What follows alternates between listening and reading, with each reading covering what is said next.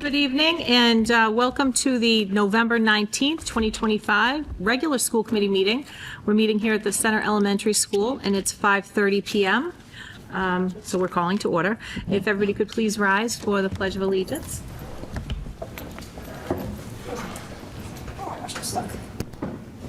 I pledge allegiance to the flag of the United States of America and to the republic for which it stands, one nation, under God, indivisible, with liberty and justice for all. We should have left Flag Day first. I know, right? So we have some special guests with us here today.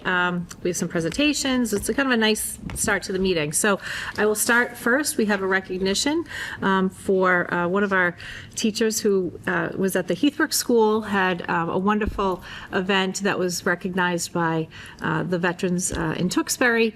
I'll let Mrs. Terry O'Regan give us some more information about it. So welcome, Teresa Enos. Thank you, Madam Chair. It is my distinct pleasure to announce that Ms. Teresa Enos is an elementary teacher who immediately came to mind when I looked at the VFW National Citizenship Education Teacher Award nomination form. Most people don't know, for well over 20 years, Ms. Enos has initiated, produced, and directed an annual Flag Day celebration for her whole school when she was at the Heathbrook. Before that, before the Heathbrook at the North Street. It's been quite a production that every student of her grade level really gets to enjoy. This is a labor of love that Ms. Enos passionately volunteers to take on every school year. The celebration of learning about our stars and stripes culminates with a show for parents and the whole school. Students are fully included in learning about their flag's history and its importance. Ms. Enos makes sure every student has a role, even those who struggle to be part of the show. Whether a student performer or stagehand, all students participate by creating artwork, singing songs, and even doing skits to teach their audience about the American flag. Ms. Enos holds this event so near and dear, and even though she has moved to a new school here at the Center School, she still has joy in teaching students about our national flag. This event is even more than the history of our flag. It symbolizes her commitment to teaching students what it means to be an American. I thought she was absolutely the most perfect nominee for this award, and clearly so did the VFW. So we have our VFW commander, Ms. Vinnie Oliva. So I'm going to invite Ms. Enos up to the podium with Vinnie, and our past history commander, Mr. James Williams, if you'd like to join as well. They are here to present you with a plaque to honor your award. And then our school committee member or vice chair, Ms. Biagioni Smith, has a recognition to read for you.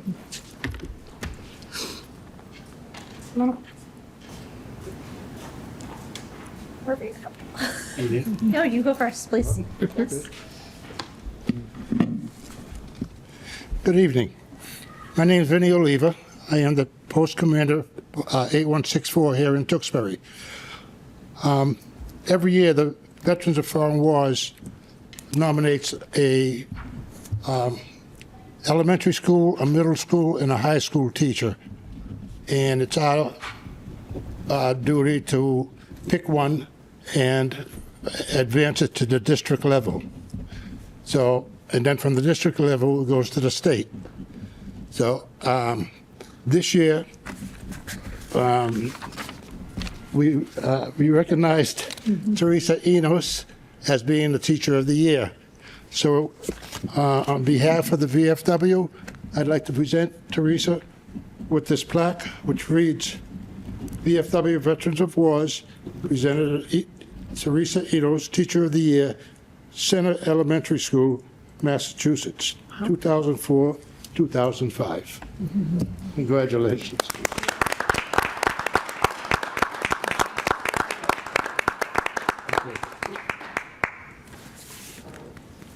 Also, with Teresa's plaque, we have another plaque that goes to the school.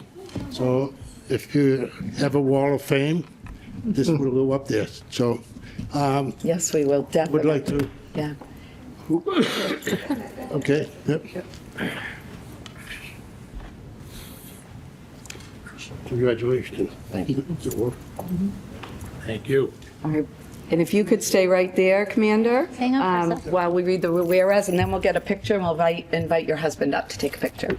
All right, it's recognition of proclamation. Whereas Miss Teresa Enos is a second grade teacher at the Center Elementary School who is a dedicated teaching professional. And whereas Miss Enos initiated, produced, and directed an annual Flag Day celebration every year. And whereas Miss Enos culminates the program with a show for parents and the entire school. And whereas Miss Enos ensures that students are fully included in learning about their flag's history and its importance. And whereas Miss Enos makes sure every student has a role in the production, whether a student performer on stage or stage hand, creating artwork, singing songs, or doing skits to teach their audience about the American flag. And whereas Miss Enos was nominated and awarded the VFW's National Citizenship Education Teacher Award.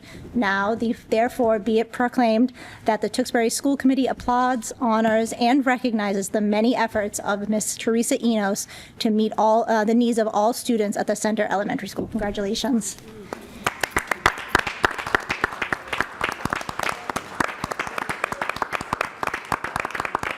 Stay right here. Let's invite Bob up, and we'll look at Jason Mark is going to get a picture with us.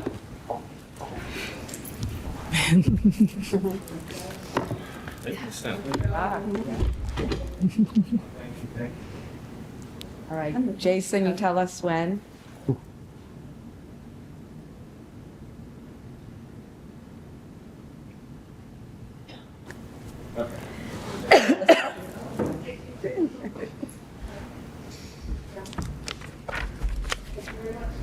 And would you mind, Mrs. Enos Thank you. and Mrs. Enos, I hate to put you on the spot, but would you mind sharing a We can do couple that. words? I'll make sure. I would love to hear, I know I hate to do it, but I would love to hear just a couple words about just your thoughts and why you started this. I know this had made me think a lot and reflect on this. All three of my kids have gone through the program. And my family has loved this. You recognize veterans in your event. So I don't know. I'd love to hear from you a little bit. Well, we know the veterans are the true heroes of our country. What started 27 years ago at the North Street School in the little back room that used to be the library. Kathy Ventura and I just had a little cassette tape, and the children sang some songs, and we invited parents. And at the end of it, it was about 7 minutes. So I looked at Kathy and I said, we can't be like having parents out for 7 minutes. So the next year I said, what are we going to do? So we added some speaking parts, and we added the children holding flags and pom-poms, and we got it to about, I don't know, maybe 19, 20 minutes. And then from there it grew. Every year we just layered and added, and it just took off to something I don't think I could have ever imagined. The children love it. The teachers love it. I think I was just sharing my favorite story was my last year doing it. Robert's dad, who's not with us anymore, came. And we had to reserve a seat, and he sat in the front, and he had his cane, and he had his hat, and the children were taught, if you drop something, you leave it. The show must go on. So a little boy in the front dropped his little program, and he just gave me the look. I'm like, it's okay.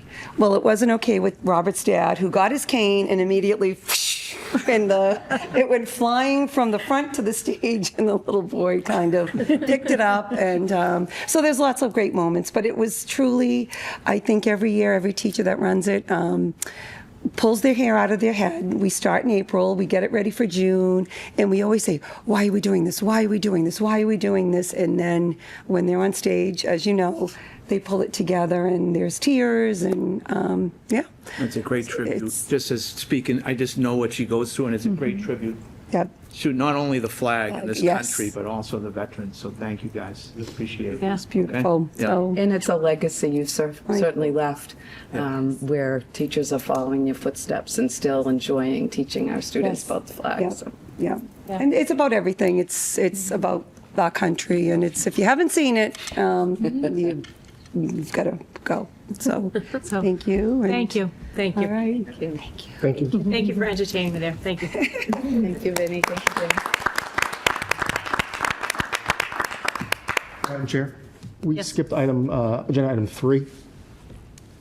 Oh, the announcement. Yes, thank you. Well, We do have the announcement.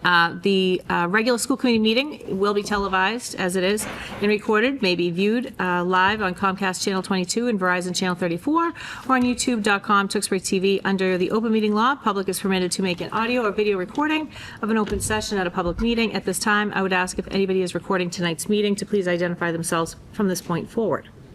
Okay, thank you.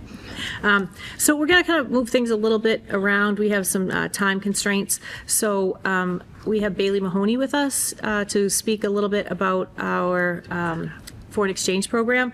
And we have already asked Maggie Kinnan if she minded if we took this item out of order. Is that okay with the rest of the committee? sure. Thank you, Maggie, for doing this with us. So could I have a motion for that? Madam Chair, I would like to make a motion to move Bailey Mahoney's presentation up Okay. now. I'm trying to look at what number it is. 6. 6A. 6A, Yep. now. Okay, and then could I also add to that, would you be willing to entertain that we move item 16A, which is the vote that would also accompany that? Madam Chair, I'd like to make a amendment to my motion. I'd like to make a motion to move 6A to now and follow that with a vote afterwards. Okay, thank you. And a second? Second. Okay, motion by Mrs. Pedro Smith, second by Mr. Moncada. All in favor, please say aye. Aye. Okay, great, thank you. And Ms. Mahoney, please, the floor is yours. Unless you had something to add, Ms. Terry Regan.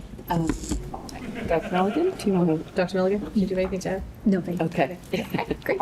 I appreciate you moving stuff around for me. I get to attend my first parent-teacher conferences as a parent at the Doing this evening. So Great.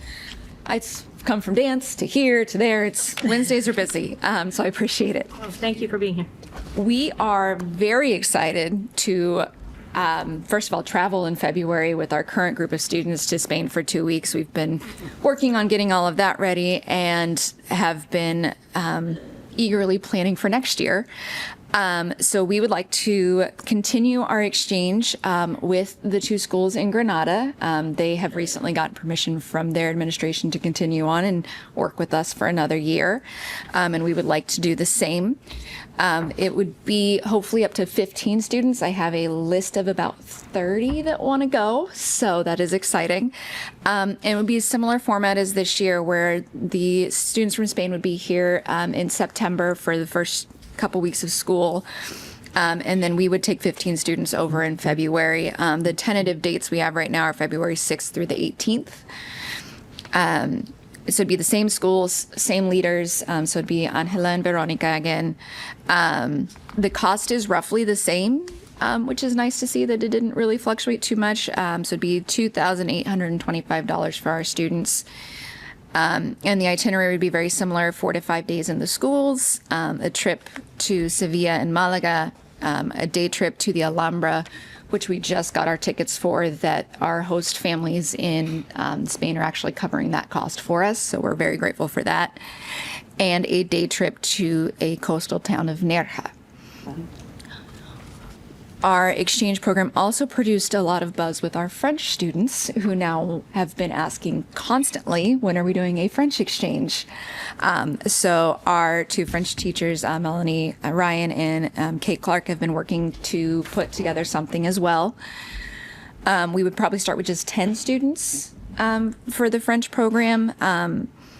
They would be using the same company. It'd be Promotor. So somebody we've traveled with a lot. We know the company really well. It'd be the same policies and procedures as the Spanish program. Typically, schools in France like to travel more in October and November, just with their vacations and timing of the school year for them. They would also be here for about 2 weeks. And then we would have 10 of our TMHS students heading to France in February. Again, the dates would have to wait until after we get matched with the school. And as with the cost and all of that. I know they're looking to spend 3 to 4 days in school, and then our teachers would be planning day trips into the city of Paris, and to Versailles and a couple other places, depending on where the placement is, if it's northern France or southern France. So there's still some wiggle room there. But before they match, they do need approval to do so. So I am available for any questions. Madam Chair, may I? As Bailey intimated, the success of our Spanish exchange program, although half through it, was amazing. And we certainly have room to grow and have learned a lot, bringing that type of program back to our students for the opportunities that they haven't had in a little bit. What Bailey has provided you with is an overview in your packet, and then the side pocket has all the details that accompany the company's policies, the insurance, all of the details that align with our school committee policy on out-of-country field trips. So I just want to, you have a lot of information. This was a summary. And what Dr. Mahoney is looking for tonight would be your approval to move forward in the planning, and certainly we'll come back with the specifics once they're unfolded. Okay. Any questions or comments? Just a question. Well, first a comment. My daughter, as soon as the Spanish students left this last year, she told me she was signing up to have them next year. So she got very excited about that. But I thought that you were saying only 4 days in school. Is it a week or is it 2 weeks when they go over? So it's 2 weeks. Some of that time is a weekend. And then we try to do day trips so they can get out and experience other cultural items. So we'll spend, I think this time we're spending about 6 days in the schools in Spain, 3 at each of the schools. And then the trip to Nerja, I know, is a Friday, and the Alhambra is one of the days during the week. So it just kind of depends on timing. But at minimum, we try to do 4 to 5 days. And for them to participate, they have to be a part of a foreign language class?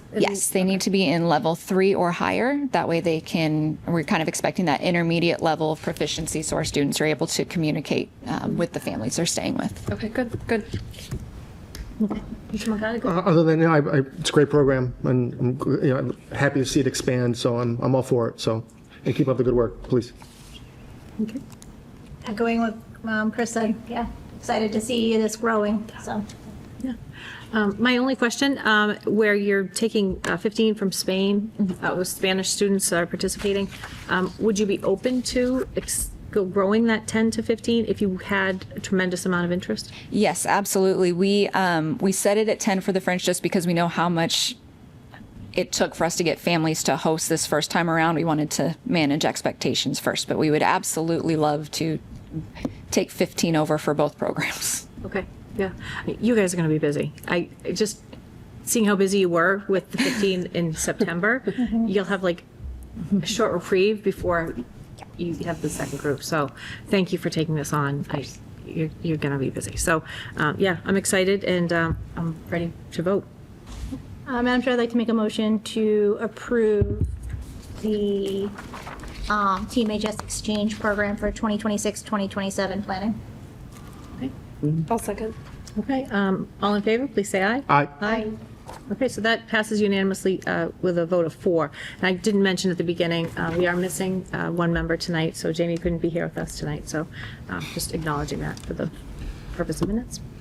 So thank you very much. Great, thank you. Good luck with the planning. If you need anything from us going forward, please reach out. Jonathan, so maybe we'll- Madam Chair, I'd also like to make a motion to postpone the TMHS 6B Win Drama Club Spring Field Trip until Mr. DePrima is able to arrive. Perfect. Yep. And as we know, Mr. DePrima is with the WIN students at the high school for the run-through, bringing all the theater students to the high school to observe the show, Sound of Music. So I'm Need open a second to on that? Yep. Second. Perfect. All in favor, please say aye. Aye. Okay, so we'll table that item, and that'll bring us back to the TMHS for Maggie, if you take the table. Thank you. Good evening, everyone. Tonight, I'm excited to share all the latest at TMHS. First up, I have sports. Fall sports are quickly coming to a close, with one remaining fall team still in the running for a championship. While other teams had a great season, including our girls soccer team, who made history this year, being the first program in history to make it to the Elite Eight. But it's our undefeated football team that will take the field Friday night for the Final Four matchup against Canton.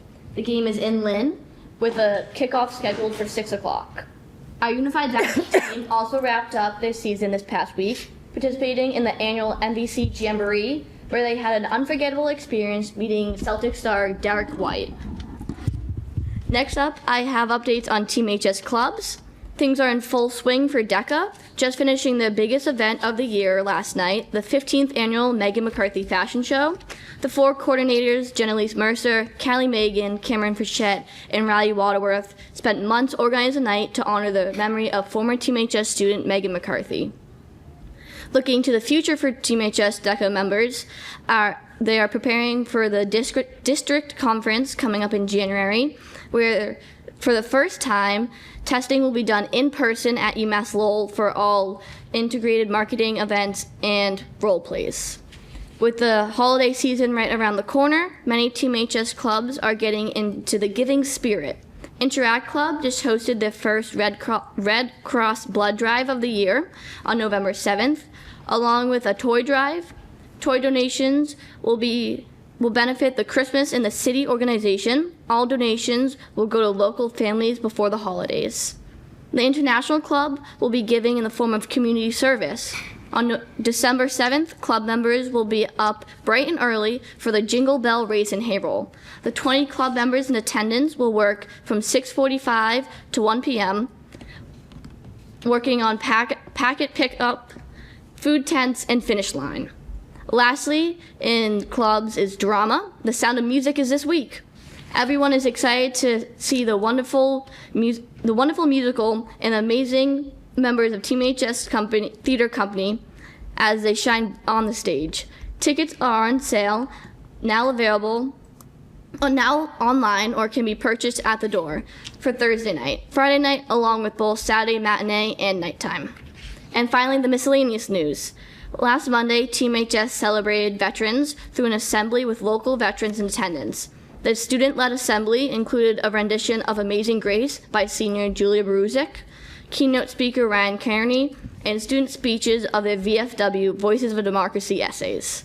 Looking into next week, students will have plenty of chances to show their school spirit with both the Powder Puff game Tuesday night and pep rally during the school on Wednesday. That's all for tonight. Thank you. Thank you very much, Maggie. And congratulations to you on your soccer season. And it was nice seeing you in the fashion show last night. Especially the fluorescent yellow, that was awesome. Yeah, definitely visible up there. You've been busy. So thank you. Any questions or comments from anyone? Just second the congrats on the season. Thank you. Well done. Good, thank you. All right, well, thank you very much. Thank you. Have a good Okay, night. so if we can get back Thanks, in Maggie. order, because now I'm way out of order here. That moves us down to the MCAS results. Sure. You ready, Dave? Dr. Milligan will set up. Am I on order here? Yeah. Okay. You are. All right, thank you, Dr. Milligan.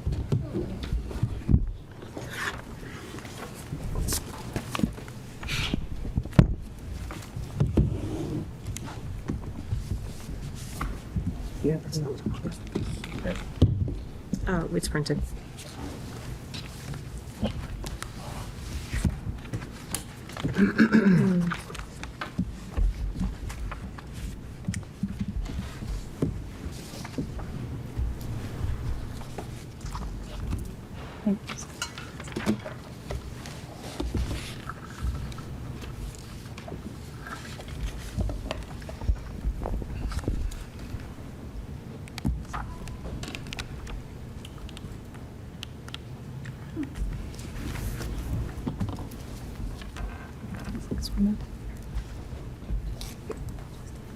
We could, while this technology is being sorted out,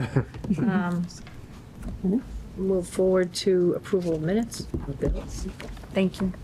Would that be okay? Yeah? Yep. All right. Or actually, citizens forum, I'm going to recognize we don't have anybody here left with us, so we'll move past citizens forum. And then approval of minutes. And you'll fill in for? Yeah. Madam Chair, I'd like to make a motion to approve the October 15th, 2025 regular business meeting minutes. I'll second. Okay, motion by Mrs. Biagioni Smith, a second by Mrs. Anderson. All in favor, please say aye. Aye. Aye. That motion passes 4-0. And submission and payment of bills, please. Chair, I'd like to make a motion to approve and certify in the amounts and categories as shown, the 10/23/2025 payroll in the amount of $1,726,550.60. Apologies. Okay.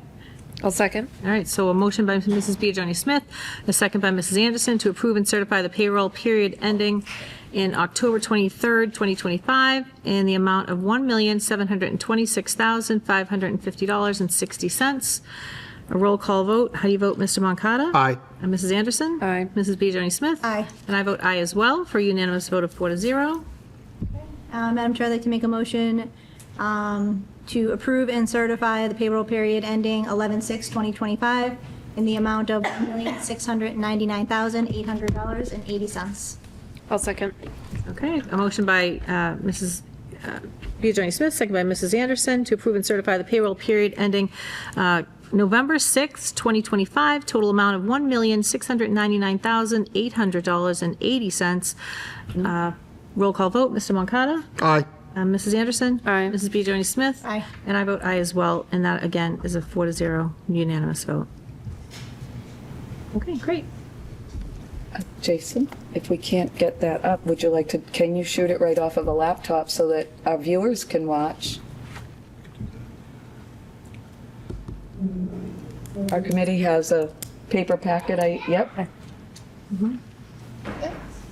See anything else here we can? Just let me know if we want it.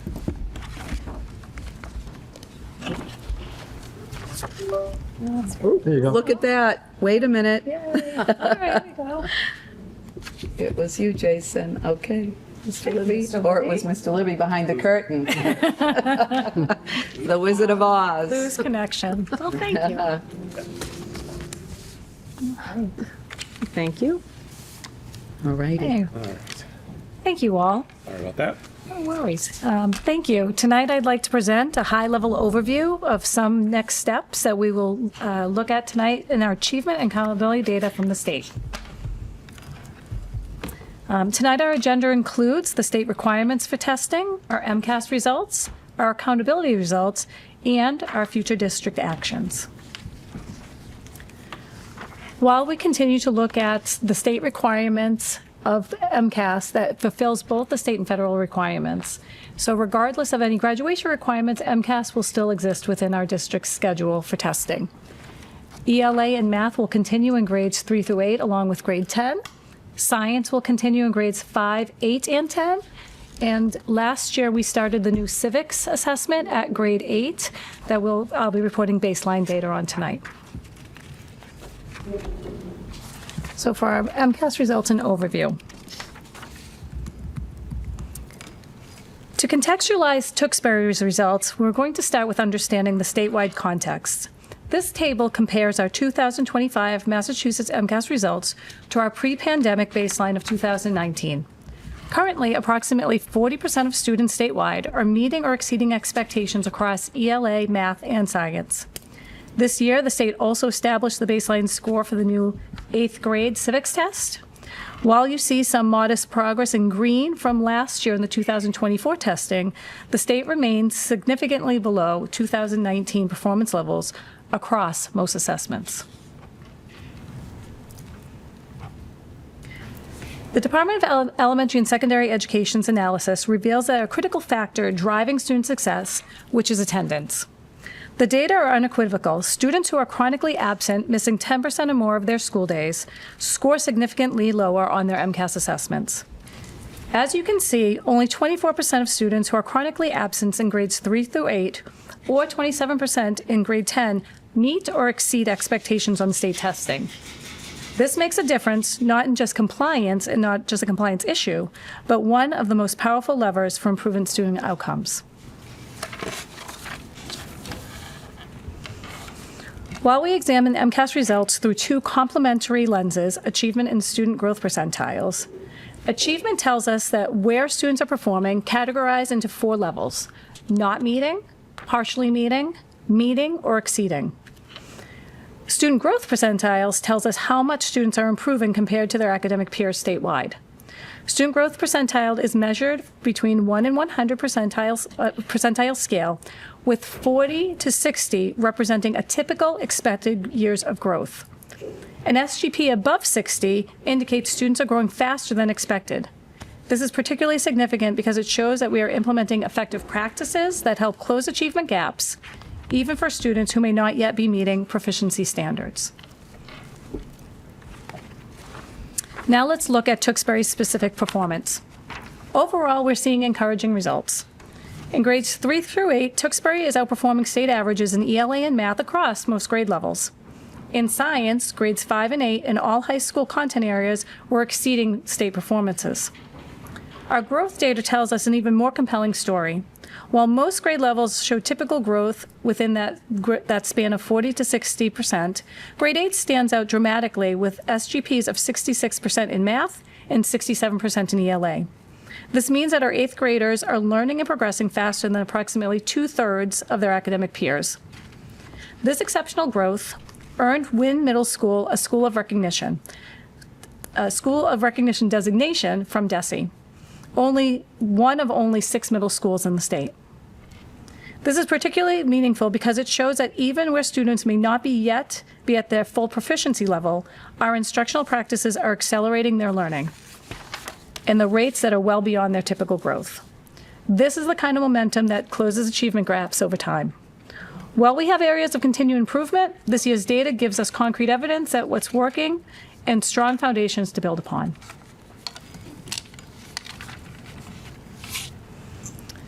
Looking specifically at ELA performance, Tewksbury shows steady improvement in 2025, with gains across multiple grades. Our high school results are particularly strong, with 67% of students meeting or exceeding expectations, 16 percentage points above the state average of 51%. This means that our high school students are significantly outperforming their peers across Massachusetts in the area of ELA. This high school performance likely reflects the strong foundation and accelerated growth that we're seeing across the district, and particularly from the Wynn Middle School, where 8th graders achieved at an SGP of 67% in ELA. To further contextualize our progress, we've compared Tewksbury's performance to surrounding districts. Tewksbury led all comparison districts in year-over-year improvement, with a 6% point increase in students meeting or exceeding expectations in ELA in grades 3 through 8. This means that we're not just improving, but we're improving faster than our neighboring communities. While several districts saw flat or declining performance, Tewksbury's 6-point gain represents meaningful momentum in the right direction. This comparative growth demonstrates that our initiatives and instructional practices are yielding measurable results relative to our surrounding communities. For the high school, we have also included Shawshene Tech in our comparison. Tewksbury has the second highest achievement score in our area and the only district in our area to maintain our scores, while others showed regressions in this year. We're proud to hold steady in 2025.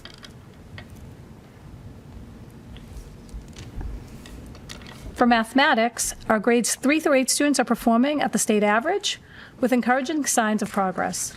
We've increased the percentage of students meeting or exceeding expectations by 3 percentage points across grades 3 through 8. While at the high school level, we saw strong improvement from last year with an 11% improvement. However, we recognize a significant challenge. The percentage of students in the not meeting category remains too high across multiple grade levels, indicating that we need to strengthen our approaches for students who are struggling with mathematical foundational knowledge and skills. When we compare mathematics performance across surrounding districts, an important pattern emerges. Most districts showed little to no year-over-year growth, remaining essentially flat in their results. In contrast, Tewksbury increased the percentage of students meeting or exceeding expectations by 4 points, demonstrating that our instructional focus is yielding results in the regional context where math improvement has proven challenging. To address this directly, we've assembled a comprehensive K-12 math curriculum review committee with representatives from each building. This team will conduct a thorough evaluation of our current research materials and evidence-based practices, looking at high-quality instructional resources. Their goal is to identify specific curriculum instructional enhancements that will better support our struggling learners while maintaining momentum for students who are progressing.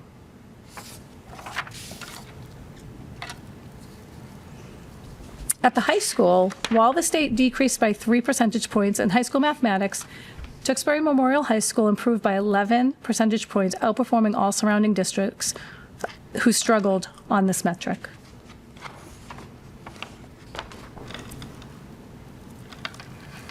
Finally, we have our science scores. Unlike our ELA and math scores, which encompass grades 3 through 8 and grade 10 respectively, our science MCAS represents grades 5, 8, and 10. As you can see, the district has maintained state averages in grade 5 and 8, while we showed a 7% improvement at the high school this year.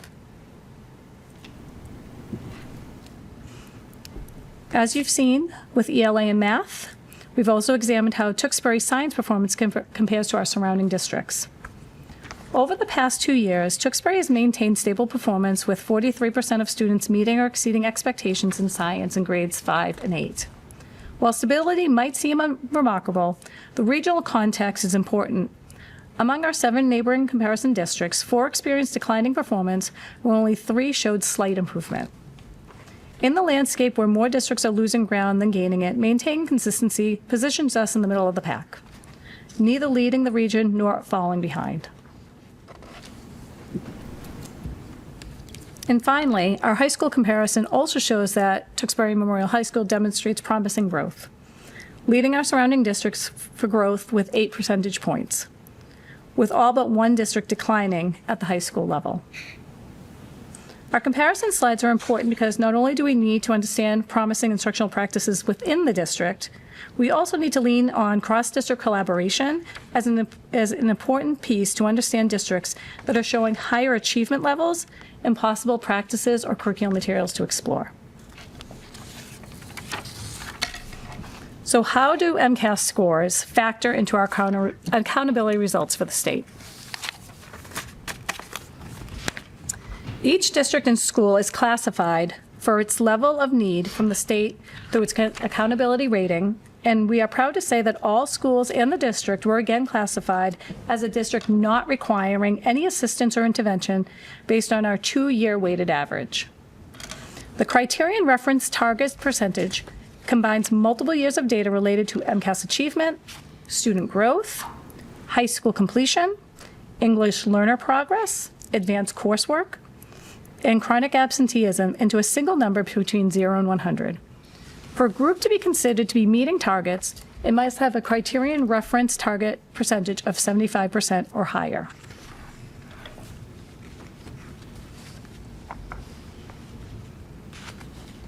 I think I'm off a slide.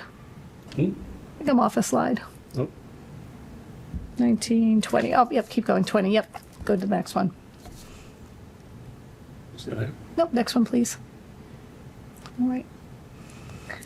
So as we're looking at the two data points, the district annual criterion reference targets assess the district's performance against its own annual goals for key indicators, measured against how well the district is meeting its specific annual targets. And we'll also be talking about school accountability percentiles, which the school accountability percentile is the overall percentile ranking of a school performance and compared to the like schools.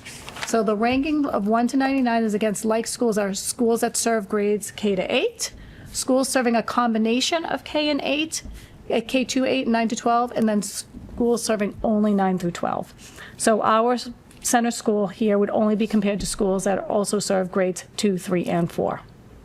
Thank you. This chart shows our accountability percentile since 2018. We do not have accountability for 2020 because we did not take MCAS, or 21 because we took an abbreviated MCAS that year. Remember that the accountability percentile between 1 and 99 is reported for most schools. This number is an indication of the school's overall performance relative to other schools that serve similar grades and is calculated using multiple years of data for accountability indicators.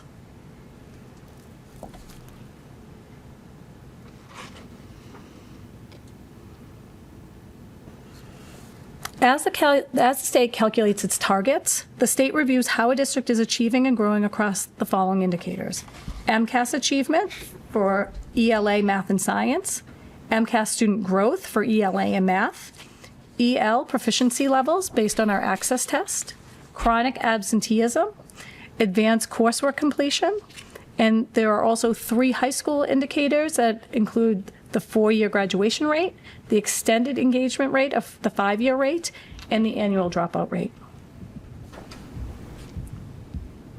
When we think of the scale of points within accountability, progress towards improvement targets is reported as the degree in which targets are met, as a criterion reference measure of performance. The criterion reference target percentage combines multiple years of data into that singular number between 0 and 100. For a group to be considered to be meeting targets, it must have a criterion reference target percentage of 75% or higher. As you can see, the state uses a 2-year weighted average, with the current data weighted at 60% and the previous year at 40%.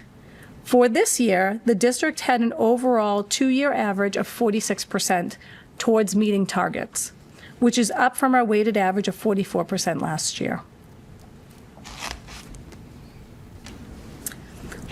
On this chart, you can see each indicator is provided a score between 0 and 4 that we referenced on the previous slide, depending on how our aggregate data lies for those groups, with a score of 2 or more points demonstrating improvement. While our 2024 annual criterion reference target percentage was only 39, this year the district has improved overall to 51%. But when we think about the combined 2-year with the weighted average, that's how we get to the 46%.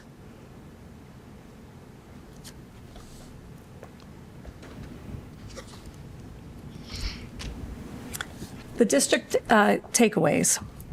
Tewksbury outperforms the state by 5 percentage points overall. Reading and language remain our core district strengths, and writing continues to be a central area of growth.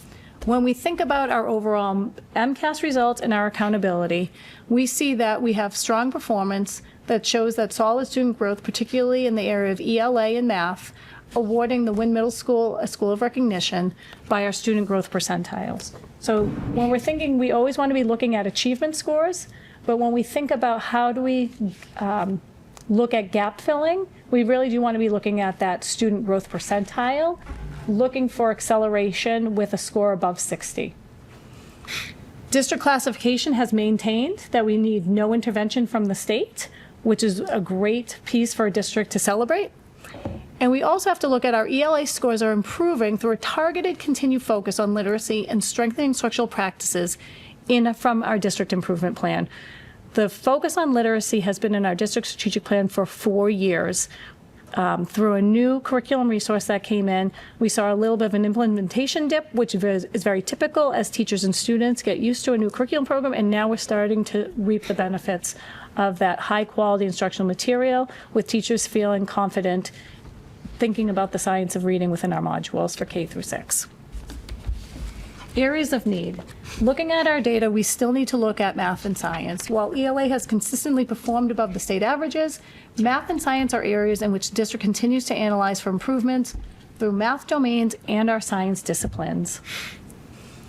And finally, through writing, through our analysis, we're in a 2-year deep dive into writing. We've seen some nice growth from last year, but the area of writing is still an area that we need to strengthen across our K-12 classrooms and all domains, not just ELA, but looking at the humanities, sciences, and math as well. So what are some of our next steps? Schools will continue to triangulate the MCAS performance data, item analysis, normed assessments, and district-wide common assessments to identify root causes of student learning gaps and prioritize targets and instructional supports. Our focus on common assessments this year within our strategic plan is designed to support this objective. We want to triangulate state data. We want to triangulate normed data that we are using within the district, teacher-created data that we are calibrating across teams and grade levels. The district has established, as I said, a K-12 mathematics committee to review multi-year trend data, including MCAS, benchmark assessments and common assessment results, and develop recommendations that address the identify areas of concern. And finally, the district will continue to analyze and integrate these data points into our work through all the actions of our district strategic plan. Within your appendix, we talked a little bit about 3 through 8 in aggregate on the slides. We have broken it down by grade level for you. That's within the appendix that you'll have in that link. And I also have linked the DESE profile page that gives you the additional data where I've pulled this information from tonight. And thank you. Do you have any questions? Thank you. Any questions or comments? I'll go first. Thank you, Mr. Mercado. So thank you. I keyed right in on the math and science. I mean, I don't think that's obvious. So when you look at grades 3 through 8, just quickly, comparative to a couple of other towns that you noted, they're much higher, a lot. So what might account for that? Are they doing a different curriculum? I mean, it's a lot higher.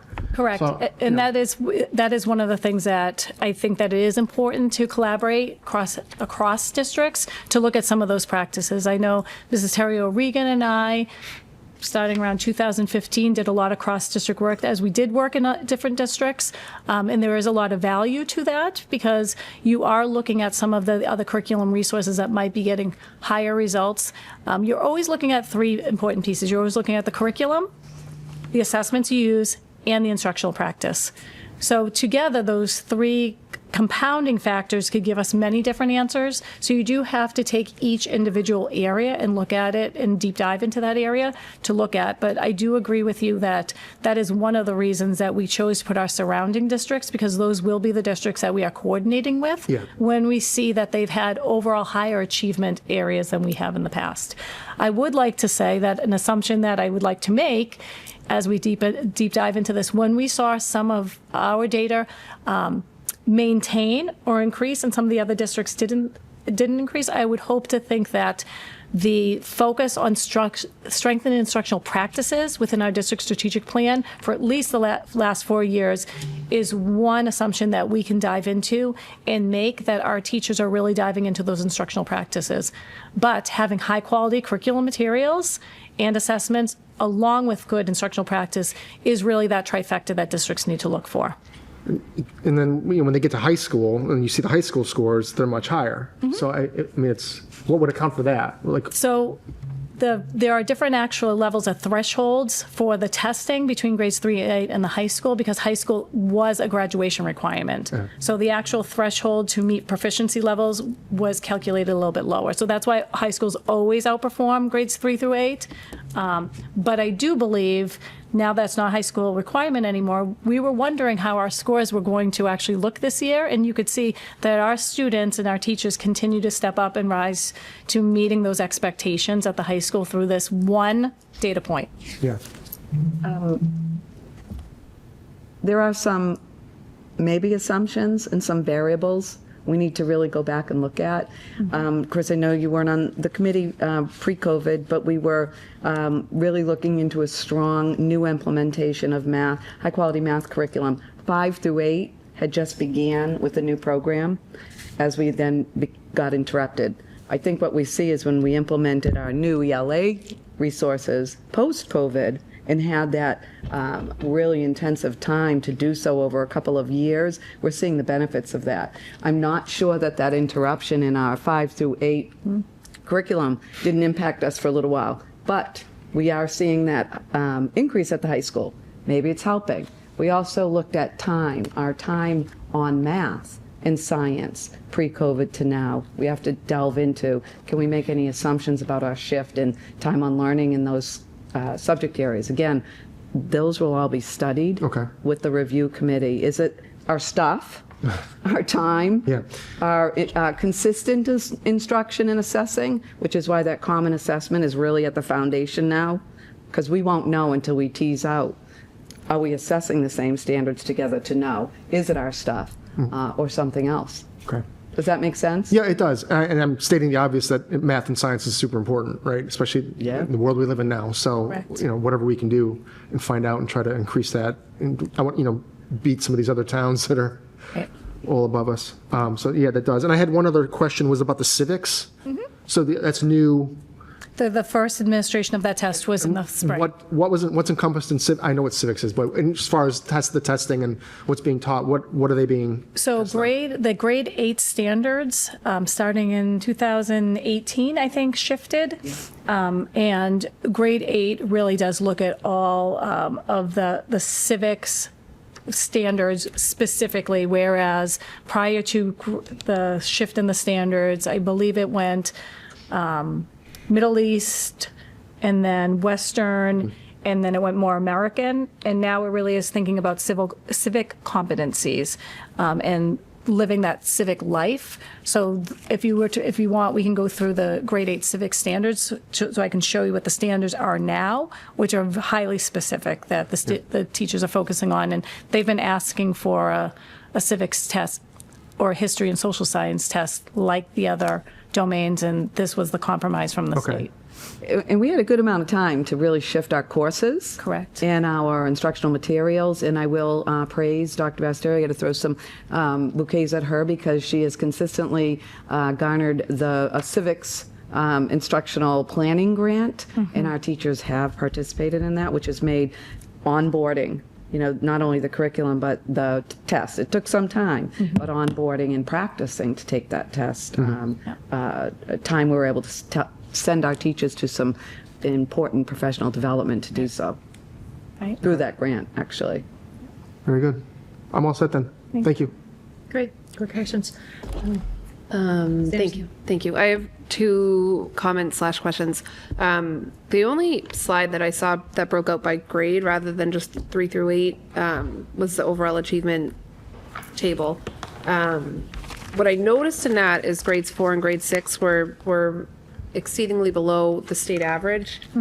Is there something within the 4th and 6th grade that you noticed from the deeper dive of the data? And then I know that MCAS is only one snapshot in time. Are the other assessments that the students are getting showing the same type of concern in those grades? And So 2 good questions. So in grade 4 and grade 6, some of the assumptions that are made at those 2 testing grade levels is that in grade 3, the test is the first time students are seeing it. So the test demands for grade 3 are not as, they jump in grade 4. So some of the assumptions that as assistant superintendents, when we're looking at this data, some of the assumptions that we have always made about that grade level is that grade 3 is usually the entry into MCAS, and then grade 4, they ramp it a little bit. When you go from 5 to 6, you go from your elementary K-5 banded standards to 6-12 standards. So again, you see that jump from expectations that you've gone from a generalist classroom in many districts to a content-based classroom in grade 6. So that's some of the assumptions that we make as a regional group when we have our data conversations of why do you see those 2 grade levels struggling a little bit more. So that's consistent across all the other districts? Okay. And then my second question, I was really intrigued to see last year that the chronic absenteeism rates were declining year over year since COVID. However, this year, it looks like it's going in the wrong direction. So, and it more so in the non-high school grades. So are there things that we're doing to help address that as well? And so when you're looking at the data, some of the that you have to remember is that every year as you progress, your target moves. So if you were looking at 2 years ago, our chronic absentee rate, we might have had a lower target to meet. Once you meet that target, now they jump the target again. So as you are making progress, now they might jump the target, and that jump takes us a couple years. So you see that we end up getting our percentage points, that 0 to 4. You might see a 2, 3, 4, and then you'll see a 0 again as the target jumps, because they're expecting you to grow at a very similar, consistent rate, and that doesn't always happen. So that's why we look over time to see how our district is doing. So sometimes that does happen, that I believe that you'll look at chronic absenteeism from last year, that we got 4 out of 4 points, and all of a sudden we got 0 out of 4 points again, because our target jumped dramatically. So even though we might be putting all these pieces into place, remember, it's percentage towards meeting your target. Meeting, but below, meeting, exceeding. So are our, rather than looking at it from a percentage, are our straight numbers of absenteeism continuing to decline? So we are continuing to see in Tewksbury and across the state that chronic absenteeism is an issue in all districts. Okay. And that with Mrs. Baker O'Brien and our student services, working with the building principals, we are always trying to work with individual families to understand what the needs are, because there's a variety of reasons that someone could be chronically absent. Everything, from medical needs all the way up to, we have families that go back to other countries for lengths of stay within the school year. So why are students absent? So we work with each family to help support the students to get them into the building, to ensure that students are in front of teachers getting the instructional supports that they need. Okay. Whether it be academic and or social emotional. Okay, all right, thank you. That was it for me. Thank you. So, not to repeat anything, my only other question besides what Katie just asked is on the school accountability percentile slide. And maybe I didn't hear the explanation, but the Ryan School seems like they're struggling a little bit there. Do you have some feedback you can provide on that? So when you look at grade 4 moving into grade 5 moving into grade 6, similar to Ms. Anderson's point, we are seeing some declines in those overall scores in ELA and in math that will overall hit at the Ryan School for their percentile. So we know the areas that we need to dig in with, that here at Center School, how we're transitioning to the Ryan School, going through the Ryan School, and then continuing to transition. We do have a lot of transitions here within Tewksbury, but yes, the deep dive analysis at this building to look at the multiple ways that we can support students with those transitions is a top priority, because we've also seen that we now have 2 years for the Ryan School that have not made the progress that we're seeing across the other buildings. Yeah, okay, yeah. I when you started to explain that with the other question, I think it kind of made more sense there, but yeah. And I'll add, as you know, one of the recommendations that came out of our district special education audit was a robust win or intervention block at the Ryan, which is what our current principal is exploring, and his 5th grade teams have expressed interest in longer math blocks. Right now, it's a 4 times 60, if you remember, in our collective bargaining agreement, and they are saying they really need that. Now, we always worry, so now if we increase time in math, what happens with science? Because 5th grade really is responsible for the majority of the science standards 3 through 5. Even though we have science here at 3 and 4, it takes on a lesser time for science than it does at 5th. So like I said, there are variables we can assume, but until we really hunker down with that group, starting with math on time and materials, how can we see those efforts? Okay. I just want to also add too, we're seeing some great progress in our early grade levels with the math program that we brought in right after COVID, Tang Math. We actually started because of COVID. It had a digital component. And we're seeing some really wonderful foundational understanding, and that's everything when it comes to math. It's just like phonics and reading. When they have the foundational understanding early, we see that pay off. So we're really hopeful, once we do this math steering committee, to get some clear conclusions from that. Anything else? No. If you do, come back. I'm always We here. can talk about this all night, because this is always fascinating for us, but you just looked at a lot of tables and numbers, and it is not a one and done. Correct. This is about digesting the data and then having, as Dr. Milligan said, nationally normed data, state data, this is our state data, and then our regular formative local data, Right. because that's what drives instructional change. This data, will sit in a bottom draw if we don't keep it to the forefront and align it to what we're seeing weekly. And that's the goal. Where my brain was going is we focus a lot on the meeting and exceeding expectations, but my brain kind of goes, where I'm looking is really the not meeting. Correct. Or the partially meeting. Or a subgroup of students, because remember, that's an aggregate Correct. Measure. We know we have students in there, our special education students, our EL students, which is why we really are focused on strengthening instructional supports in the inclusion, general education classroom, because when students are pulled out of, let's just say, high-quality grade level math instruction somewhere else, maybe they're not exposed to what they need to be in their grade level standards at the same rigor. Right. So those are the supports that are really important in our strategic plan to drive these, the understanding, really, not the MCAS score, but the understanding to a higher level. Yeah, so that's where my brain was going, but I don't have a formula question at the moment. That's where I'm focused, is looking at the Right. not meeting. And you said that was an area that we identified that we wanted to call out because we do think that it is something that we really need to dive into. Yeah, thank you. Yeah, and feel free to join us. I do have a couple of questions, but I don't want you to feel like you have to stand.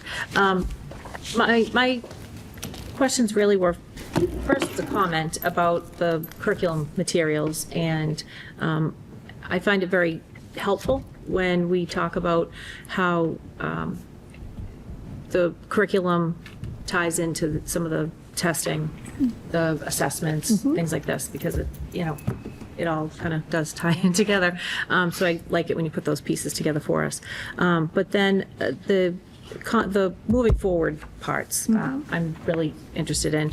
And when you talk about the common assessments that, your moving forward stuff, how is that stuff communicated out to families so that they know that this data, because now people have voted, at the polls, that they don't want MCAS to be a graduation requirement. There's a lot of people out there asking, then why are we still taking it? So I think for us and the community to understand better the value of all of this, because now the data has been looked at, how can we communicate even just on a small scale to our small community or of people that we might see, or just how are you communicating out how this data in these common assessments, where students are falling, how you're targeting students, how are you communicating that out to the Sure. I think to understand comprehensively why different data points matter when we are talking about our student journey. MCAS is one test that is consistently administered across the state. So that is one data point that we know every third grader is getting across the state as one data point. That is the pro of what MCAS, or a federally mandated state test within grade 3, 7, 8 does for us. The downside of MCAS is autopsy data. These are the students last year. These students have moved on to new teachers. We're not re-aggregating every student into this year's class and providing those groups to the next year's teacher. That wouldn't be helpful. That data is done. But what it does do is it helps us say every third grader got this, and in relation to the state, what is that telling us here about Tewksbury? When you come down from there, you do want some normed and criterion referenced assessments that are not teacher developed. So in the early grades, we have DIBELS that looks at our early literacy skills from K to 6. We just brought in AIMSweb from K to 6 because we want to look at that norm data. All the students in the United States that are taking those benchmarks, but that's live with the teacher that you have now in the class. And you're getting live data to show students against standards and expectations for a school year. So you can dive into and say, where are the areas in the standard students currently know? And what are areas that we have to go back and gap fill? And that can be done within the class. And then there's that second level where do students need that double dip? And that's where our intervention strategies come in. And that's why we want to support teachers within the classroom to do that work, because we are light across the district for interventionists. A lot of our interventionists are funded from Title I, and not every building is a Title I school. But we know that it's important that some students are going to need that double dip. Then we want to then further go down, and we want to create our internal common assessments. those assessments that you give regularly, that teachers come together, that drive instructional practices day to day. So that's why it's so important to have structures in place within the Tewksbury Public Schools of our professional learning communities, because we give our teachers that dedicated time weekly to come together to meet and talk about students. When you look at Wynn Middle School, one of the reasons that we believe that they have success there is because they have a team model and they meet regularly around students. It's just how the team model works at the middle school. They're all content teachers, so they're within their one field of knowledge, but they're coming together with both the other content teachers across the grade level and talking about students. When you get to the high school, even though you have teachers that are within one discipline, the student's schedule moves.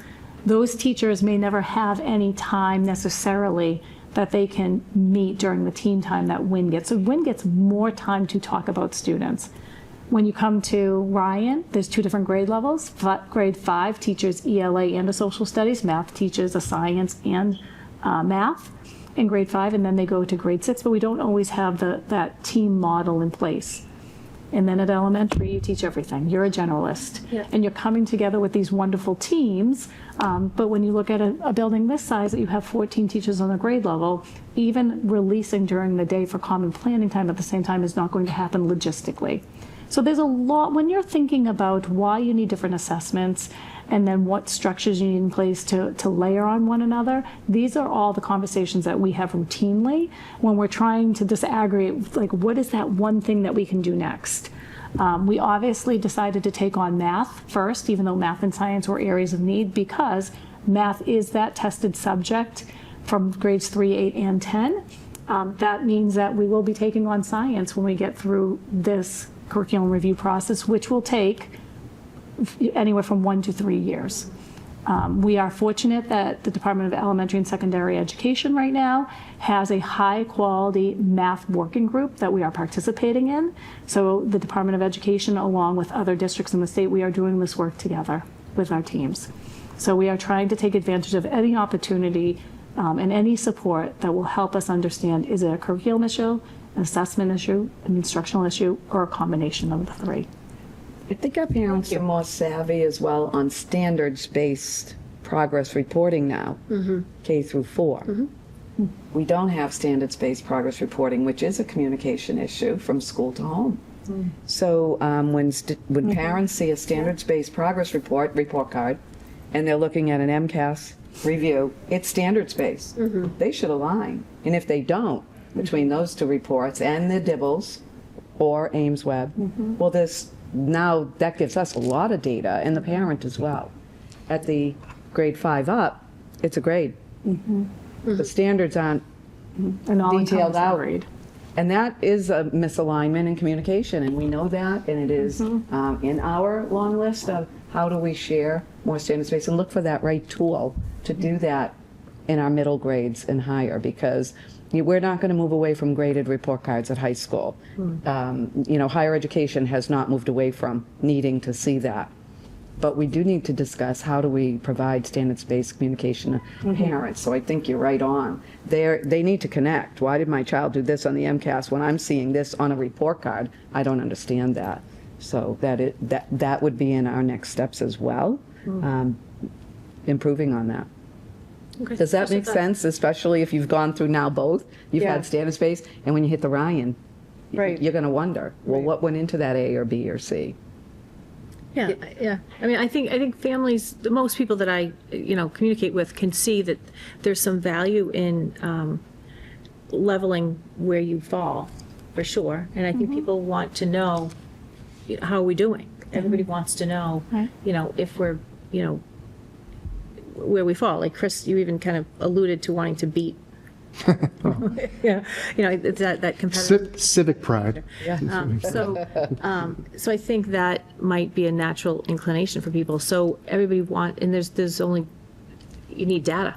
So I think that makes sense. So I think I just wanted to hear, kind of more from you, because this is the work you're doing every day, the words, because I wanted your words, our district words, so that when I communicate with people, and when we communicate with people, what's Tewksbury's story and what's Tewksbury's perspective on this. So thank you for sharing that. Can I just say one more thing too? I liked how you called it an autopsy, and I think that's something that people need to realize too, in the community, parents, that is such a backwards look, and that is not what we're using to support the children today. And there's so many other assessments that they're taking to make sure that teachers understand where those students are today and how they're going to help them get there tomorrow, rather than waiting for this. Right. Yeah. Right. Correct. In a whole school year. Right. But it's important, like I said, in the fact that it does give us that one dipstick Across the state. Right. But it really is no more than that. Right. You know, we can break it all down, we can do the item analysis, we can look for trends and patterns, but it should not pivot on a dime for like one domain that was in the wrong direction for 1 year. Right. We have to look for trends and patterns. Thank you. And can I just ask, what's the composition of this math committee? Oh, well, right? I mean, So we've asked for, not gonna- we've asked for representation from all of the different buildings. Our math coaches are on it. Mr. Stamp is directing it as the director of STEM and mathematics. And I was unable to make the first meeting last week as we were at MASC, but I will also be sitting on the committee, so. We have probably around 24. This is a different committee. I thought I had them all open. Between administrators and, as Dr. Milligan said, a variety of grade level of teachers, clearly with a very high passion and interest in math. And it was interesting today at our meeting that we've run all but one of our district committees so far this month. And after the first meeting, we've now had other people that have asked if they could join. So the word is getting out that the work is purposeful. Right. Good. So. Okay, well, thank you. Right, we're all set with the. Mr. DePrima. Yes, Mr. DePrima's here, so we've already voted to take this out of order, so I think we're okay. Yeah. Mr. DePrima, welcome, and you've already had a long day and a long Oh, evening. yes. Please. Fine, fine. Your education. Madam Chair, as Mr. DePrima sets up with his notes, he needs no introduction, but I will. This is our WIN, Mr. DePrima is our WIN ELA teacher as well as our WIN drama advisor. He is not accompanied tonight, but his partner is in this field trip, is Celeste Pellegrino, our high school music teacher and drama advisor. Madam Chair, in your packet is a summary page of the Broadway 2026 field trip for students that participate in grade 7 through 12 drama programs. For the spring of 2026, there's a new twist, probably one we should have made some time ago. It's an overnight component. Mr. DePrima and Ms. Celeste will share, or at least Mr. DePrima will share their details of the field trip and hopefully garner your approval to move forward. I can tell you after meeting with Mr. DePrima 2 times now, he has satisfied all of our questions and your policy on out-of-state field trips in his planning and the proposal that you have in your packet. First and foremost, I can't thank you enough for giving us that time to make sure that we were checking all the boxes before we got to this platform. Also, I have to plug Sound of Music. I just came from their dress rehearsal. It is so good. The kids are fantastic. Celeste is doing an amazing job directing them, but she's also conducting their pit, which includes several student musicians. It's an awesome experience. I'm already going again Friday night, their opening night, and people can buy their tickets at Curate, CUR8.com, or at their door. I didn't prepare that. So we have a new component we're looking to do an overnight trip. We've learned over the last few years that this is literally turning into a whole day trip. And this particular component of just adding a hotel stay offers a little breathing room, so we're not arriving back home at Tewksbury at 4 a.m., 3 a.m. It also allows us to do a lot more in the city. This year, we're looking to try the Rise NYC Museum. It's more about the history of New York.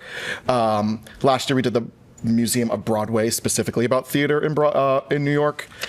Of course, we're stopping at Ellen's, which is a fantastic opportunity for the kids to see performers who are also the wait staff before they make their big Broadway breaks. We're looking to see 2 shows this year. This is one of the additional bonuses of the overnight. The Play That Goes Wrong, which is hilarious, stunning, a technical theater masterpiece. And also the Tony Award winning Maybe Happy Ending.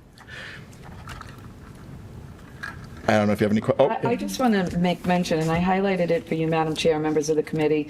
And the reason I say we should have probably looked into this maybe a year or 2 ago is, as John has just shared with you, the group is sometimes getting back in the mid-wee hours of the morning.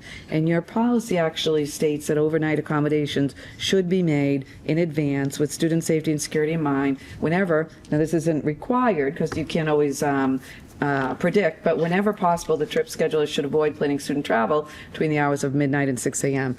We've consistently seen this trip come home very late after midnight, so it makes sense. And if they're going to stay overnight, why not take advantage of those hours in the day and get off to an early afternoon return home? Okay. There? Yeah. Okay, thank you. Any questions or comments? I just have a question, because an overnight trip for 7th and 8th graders probably looks a lot different than an overnight trip with high schoolers. So is there an expectation that we'll have parent chaperones? Like, how is that all going to work? Because that's if they're young. Yeah, it is a very different student base from building to building. Celeste and I were aware of that. And we want to make sure this works for everyone involved. So the document that you probably saw is priced for 52 people, which allows 44 students and 8 adults, which basically breaks down to 8 adults per school. It'll start with the advisors of the club.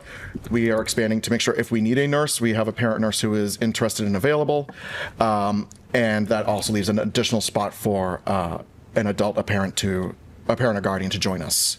Part of our planning meetings, that was really a heightened concern of mine. So John and Celeste have exceeded the number of chaperones that are required. Okay. There's 8. There are 8 planned adults to go with the 44 students. So there'll be plenty of adult supervision. Keep in mind, most of this is closed. They're not traveling on their own outside of into the city. Most of the events are closed. But that was a nice change that you put into play from our detailing all of this out. It's technically, by the policy, they only need 2. Correct? Only 2 for 2 per 25. 2 per 25. Yeah. So Which they've scares me walking through the streets of New York. Yeah. Additionally to just the chaperone piece, we are going to be capping some numbers. So there are going to be 20 spaces available for middle school students and 24 available for high school. Because of the hotel situation, we absolutely do not want high schoolers and middle schoolers rooming together. And this will allow for that. And of course, we'll have a waiting list if spots open up or if someone has to drop for whatever reason. How many kids per hotel room? 2? 4. 4. Okay. Okay. And the good news is where it's one night only, they don't have to worry about like setting up camp or doing anything crazy, just go to sleep. Yeah. That's the hope. And how much was it last year compared to the overnight this year? Ooh, I don't have last year's number in front of me, but I want to say we were probably around 300. Okay. say 350. And this includes an extra show, a couple extra things, so that's Yeah. great. Not that much extra. Right. Okay. Traveling by myself, an overnight to New York would probably cost the same amount. Yeah. Yeah. Getting this kind of discount for students and school groups is huge. Yeah, no, it's great. That's great. Good. Thank you. Thank you for planning this too. I think this is I think it's every year, never mind this new experience of an overnight too. Any questions? No, I just comments. I think the itinerary looks great. It seems like a really busy first day, but I feel like that's probably good to keep Yeah. them busy and Get 'em going, tired, and then go to sleep. And it's not too early of a start the next day either. Yeah, we can be a little relaxed in our start. Yeah. Not too much because we do have. Session Yeah. and all of that. Is there any risk of being late for that show, that second show, or is it? No. So the dinner is at 5 o'clock at Planet Hollywood, and this is all like within 5 feet of everything in New York. They slot the Planet Hollywood is actually going to be doing the dinner instead of Hard Rock now. Exact same price. I think it's the same food providing company. They do our 15-minute dinners. So the latest that we could even stay in that space would be 6:15. And it's definitely not a 45-minute walk, the couple of blocks to the theater for maybe Happy Ending. Okay. Yeah, no, I think it looks great. I think the price looks really fair, considering everything you get as well. I appreciate that that stays fairly affordable for families. No, I think everything seems pretty good. Sorry, one more question. Where is the hotel located? The hotel's in New Jersey. New Jersey. So that's having the bus is going to be really key for that piece of traveling. We will not be taking public transportation. It's our largest commutes are closed. Good. We're in a bus that's just ours. Okay, great, thank you. That was it. Sorry. Okay. All set? Yeah, I don't have any questions. I think it looks fantastic. I like the fact that you're actually doing it as a quick overnight. I think it's a great thing to do. I mean, yeah, it just makes a lot of sense. You know, it's tough to do in one day. So Yes. so I'm excited. I mean, I think it's a great trial, and I think if it works out well, I'd love to see you do 2 buses next year. Absolutely, yeah. We want to make sure we stamped out like a really good template this year before we branch out. We know that this is a trip that has been popular over the last few years, and we want to make sure we can bring as many people as possible. I don't want to bring as many people as possible on a trip I'm doing for the first time, though. Right. No, I respect that. I think that's great. And are you still planning to do something local, like a Boston something, or is that? No. Okay, so Miss Pellegrino and I were actually just talking this afternoon. We're waiting for her show to be over this weekend. A theater phenomenon you might have heard of called Wicked. Their second part was just released. When the first one was out, we actually rented out an entire movie theater just for our drama clubs, and we got like our own private screening of it. We're looking to do the same thing again this year. The Broadway in Boston tour includes The Outsiders this year. So the 8th grade program is English program is going to be usurping that trip because it's part of our curriculum. Yeah, right. Okay, great. So there is opportunity for students to do some Something. theater if this trip doesn't work out for Yeah. students. Great. Okay. Super. So, 6 last year. It was 286. Yeah. Yeah. last year. Okay. Madam Chair, if you would allow a motion out of order for a vote, I'd like to make a motion to approve on new business 16B, the TMHS and Wynn Drama Club field trip to New York in the spring. Second. Okay, and roll call vote. Mr. Moncada, how do you vote? Aye. Ms. Anderson, how do you vote? Aye. Mrs. Beatrice-Smith? Aye. And I vote aye as well for a unanimous vote, 4-0. Great, thank you so much for coming in. Thank you. And it's been a long day for you, so. Thank you. I appreciate it a lot. Okay, great. Yeah. Not dramatic at all. All right, so that brings us to the superintendent report. So Mrs. Regan, if you want to fill us in on what's been Sure. happening. I sure can. Madam Chair, the first of my updates is informational only, and it's in your informational correspondence. If you remember, one of the questions you were left with after our Food and Nutrition Service Director, Deb Mumford, and our Assistant Director, Karen Leno's presentation on composting is what is the protocol that they use. So I'm not going to read it, but I've supplied you with that information. As I said, the protocol that is used across the district in all of our kitchens. Next, the Middlesex District Attorney Marion Ryan hosted 2 Empowering Citizens Conferences, one on October 29th, where she invited district and school leaders, and one on November 13th, an Empowering Girls Citizen Conference. I can give you a brief synopsis of the October 29th session that I attended. There were several amazing speakers at the 1029 session, but 2 truly stuck out to me. First of all, Massachusetts Senator Lydia Edwards, who detailed how her volunteer work and advocacy roots led to her success in politics. I would say much like all of you sitting at the table tonight. And she showcased how sticking with your passions to help other citizens can not only enrich your own life, but build your career with the purpose to enrich other lives. It was a truly moving message. And then Dr. Richard Haas, former president on the Council for Foreign Relations, shared the Bill of Obligations, the 10 Habits of Good Citizens. I think you'll really appreciate this. I believe this Bill of Obligations is a tool we can use with all students in our civics classes, as we talked about, and certainly can live by as adult U.S. citizens. Number 1, be informed. Number 2, get involved. Number 3, stay open to compromise. Number 4, remain civil. Number 5, reject violence. Number 6, value norms.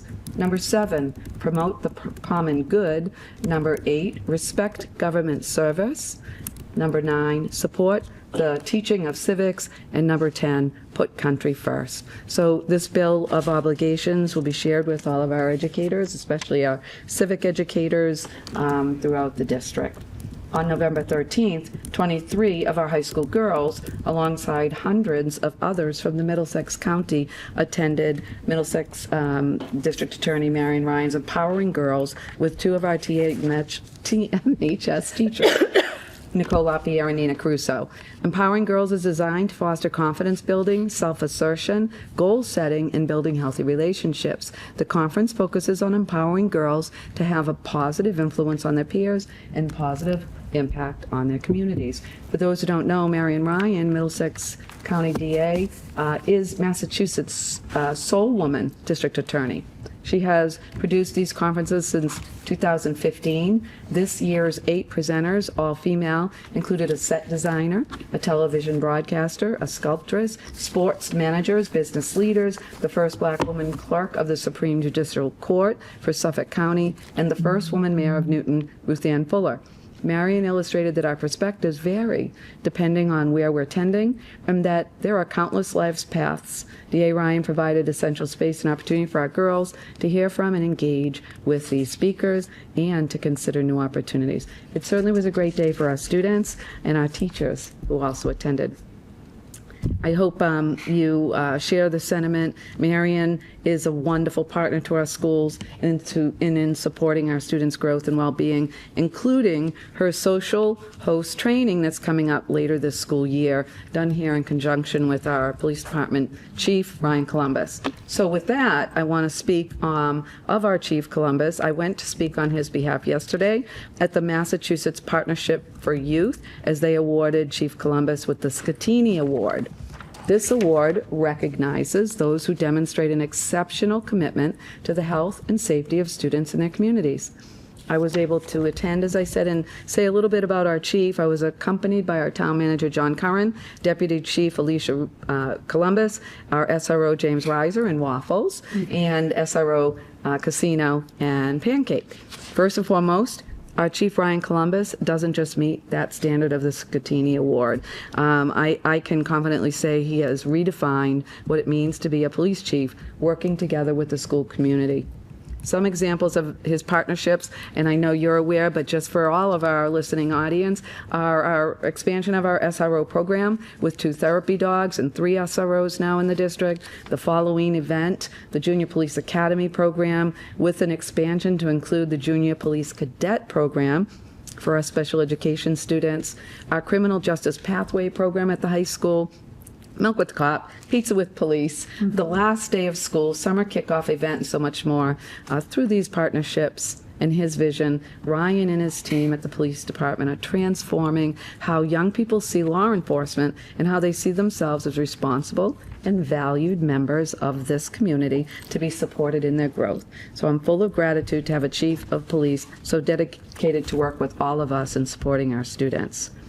You heard Maggie talk about the Tewksbury Memorial High School's honoring of our veterans on November 10th. I want to add, as I was informed by past history commander James Williams, that our schools added to that ceremony by producing and creating 1,700 cards to our veterans who obviously wait every year to look at those cards from our students of every grade with such joy and pride. So we thank all of our schools for participating in their Veterans Day ceremonies and these type of events that definitely make us all proud. I want to also inform you of an exciting message we received today. our athletic director, Ronald Druin, will be awarded with the highest honor from the Massachusetts Secondary Schools Athletic Directors Association. I'll spare you the acronyms. He's getting the Award of Merit. It is a state award given by the, well, I guess I will do it, MSSADA, in conjunction with the National Interscholastic Athletic Administrators Association, to recognize outstanding leadership and dedication in high school and middle school athletic administration. It's the highest honor, as I said, from the NIAAA at the state level, and is given annually to one administrator from each state. Ronnie is our District 4 leader, and he is receiving that award of merit. I know I speak for all of us in sharing pride for that award bestowed upon him. Maggie did talk about the Decker Fashion Show, so I won't go into all of my report on that, but to update you that the estimated total from their fundraising last night is $37,000, bringing the Decker Fashion Show fundraising efforts for the cure of cancer in the name of Megan McCarthy over $160,000 for the last 4 years. You might remember they helped tip that fundraising effort over $1 million last year.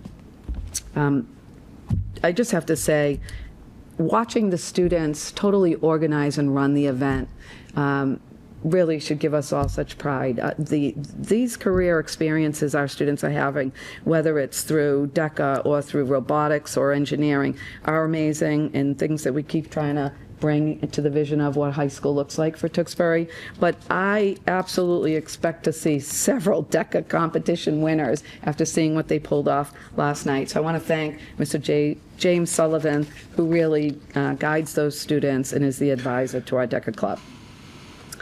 Thank you, Madam Chair, members of the committee, the 4 of you here, for allowing me the opportunity to attend the 2025 MASS conference with the 4 of you last week. I found the sessions very informative, especially for one of our Merrimack Valley neighboring districts who approached an addition to their school facility with new pre-engineered classrooms. So there's more to be said about that. These are formerly known as modular classrooms, but not the ones we may have known as kids. So it was really a good opportunity for me to see as we look to assess our facilities and know what some of those options may be out there.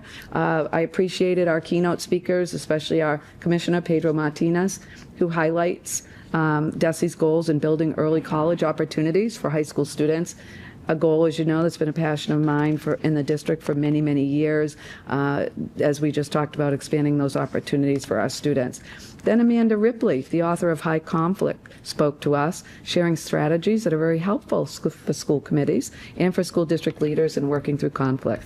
I'm most appreciative of the time we get to spend together to understand school district leadership and through the lens of our entire state's leaders. Quite honestly, we're just doing some great things here in Tewksbury. It always makes me proud when we're out and about listening to others, knowing, geez, we're already doing that, or we've done that, or we're already deep in that pipeline. So it's also nice to have some fun time together in our downtime. I did learn that one of you is quite an impressive cornhole player, not going to say who, totally kicked my butt, so that was lots of fun. Okay. Madam Chair, you do have a personnel memo, as well as 2 donations in your consent agenda. Let me just share with you, this is ongoing throughout the school year, as you know, but there's some new positions that filled some holes we had, as well as some Appendix B positions.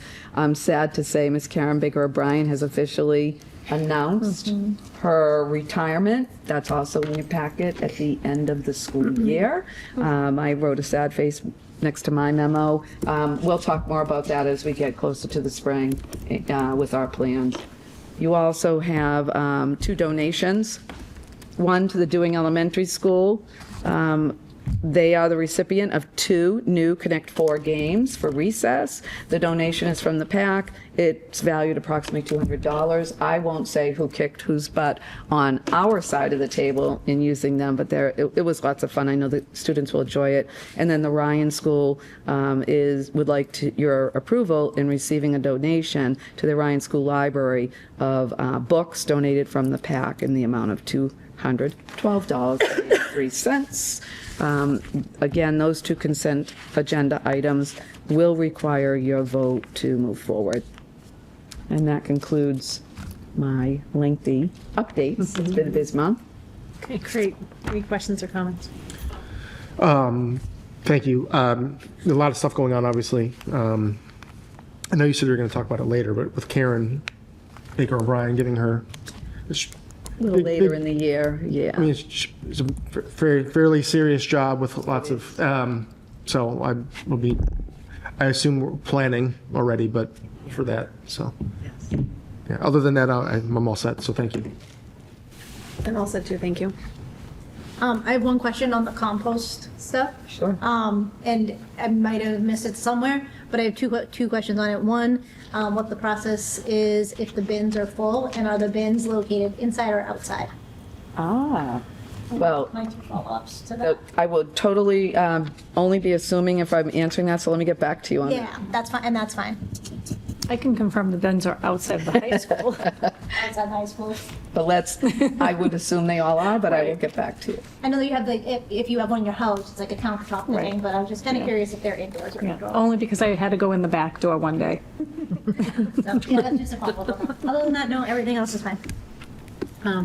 For me, thank you so much for the opportunities that you're providing students to go to these conferences with Mary and Ryan. I think I think they're excellent. So I'm really happy to see students going to those. So that sounds great. And congratulations to Chief Columbus. So Mrs.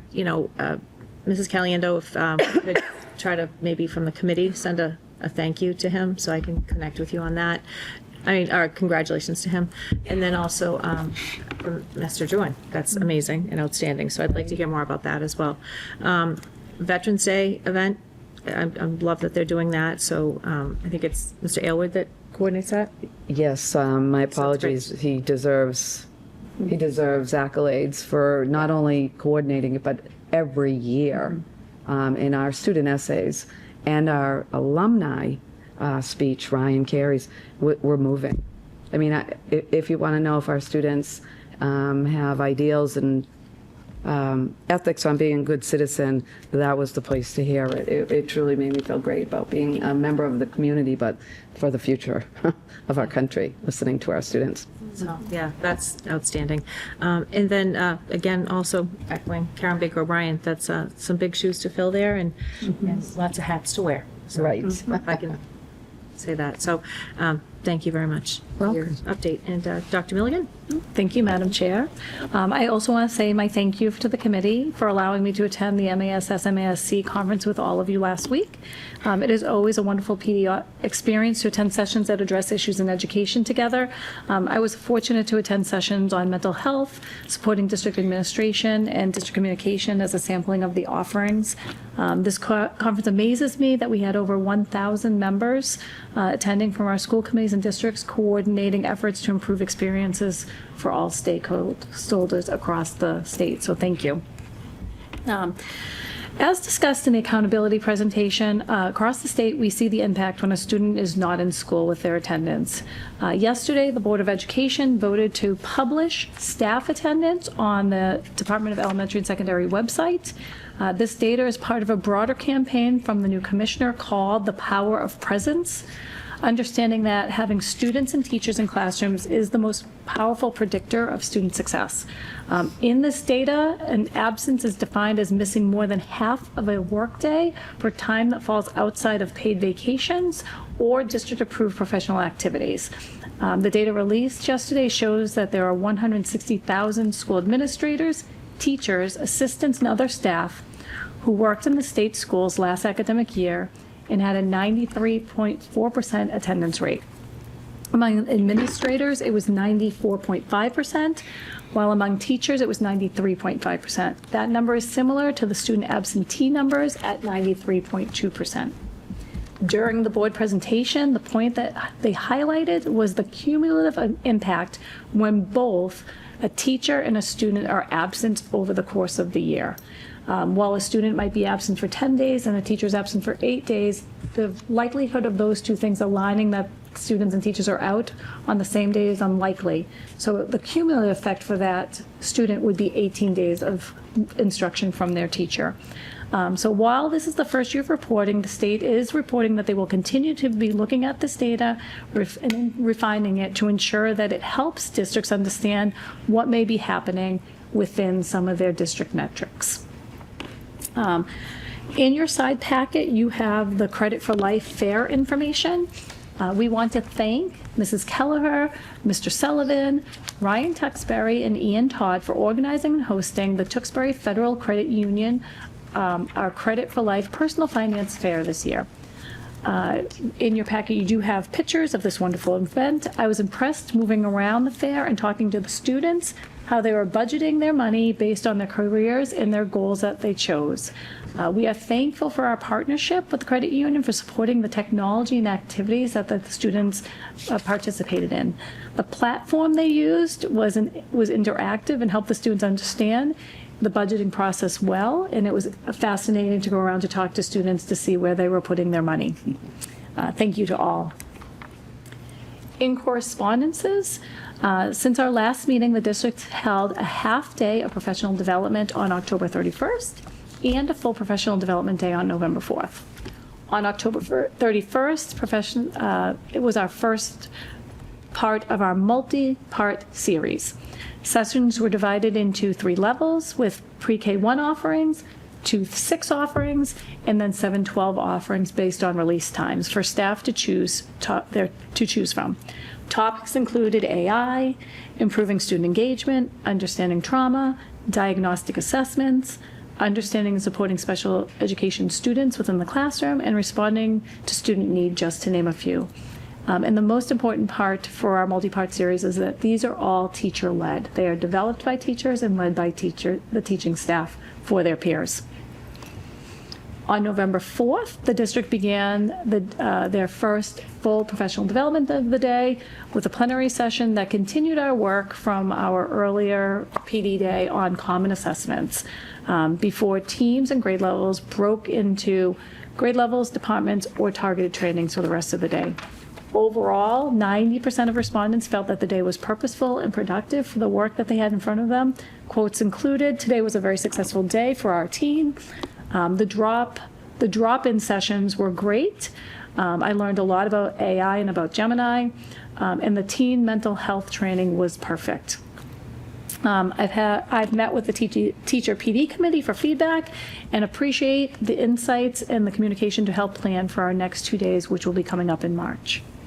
And that is all I have for tonight. Thank you. Any questions or comments? A comment on the Credit for Life personal finance. I wanted to attend, I couldn't, wasn't available. I think it's great. So I mean, I'm sure Bridget will have to comment on it as well. But it's something we really need to, keep doing more of, stuff like that. So I think every student that had that app that they were working on really needs to have it at home. yeah. Yeah, not many had money left for clothes. Yeah, right. Yeah. Or if your car breaks down. I was having deep conversations about the types of cars that some of these boys were going to buy. But it really has allowed us to engage further in what a financial literacy or personal finance course for all could look like prior to delving deeper into finance and accounting, if that's someone's interest, but of that basic understanding. Prior to even being a junior, because that was for juniors yet. Yeah. I agree. I'm all set. Otherwise, thank you. Great. And I'm just always impressed about the willingness of businesses in our community to support our students. I think that that's just one example, but we have many examples throughout all the years on how our communities really support these kiddos. So that was great to see. Question on the attendance information. Yes. Is Tewksbury specific, like the Tewksbury data aligned with the state data?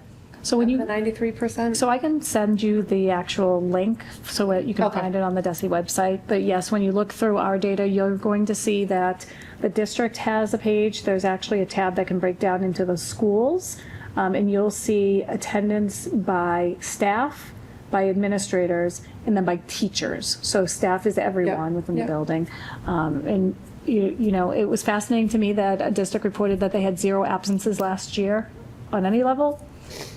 They clearly, the data was dirty there. But No judgment on the district, but Right. this was new. Yeah. Right. And we did Correct. get October data to review for Correct. discrepancies. But for those watching, that data is published on the school district profiles on the DESI website. Okay, thank Already, you. yes. I think it was published yesterday. Right. Today? Yes, I mean, it's current. Right. It was just approved by the board yesterday. And then make note, if you do look at the data, again, it's total days or average of total days absent. It is not in, for example, an administrator's year would be a 260 minus their allowable vacation days. Think about it that way.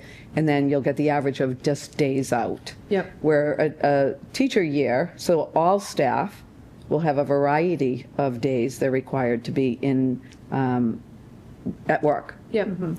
And a custodian's schedule may be different than a secretary's schedule, right? But the teachers in general across looking at different districts are 180 to 184 to 182. So it's total days on average out, but they did not define what the full year would look like for each type of employee. It would be very difficult to do.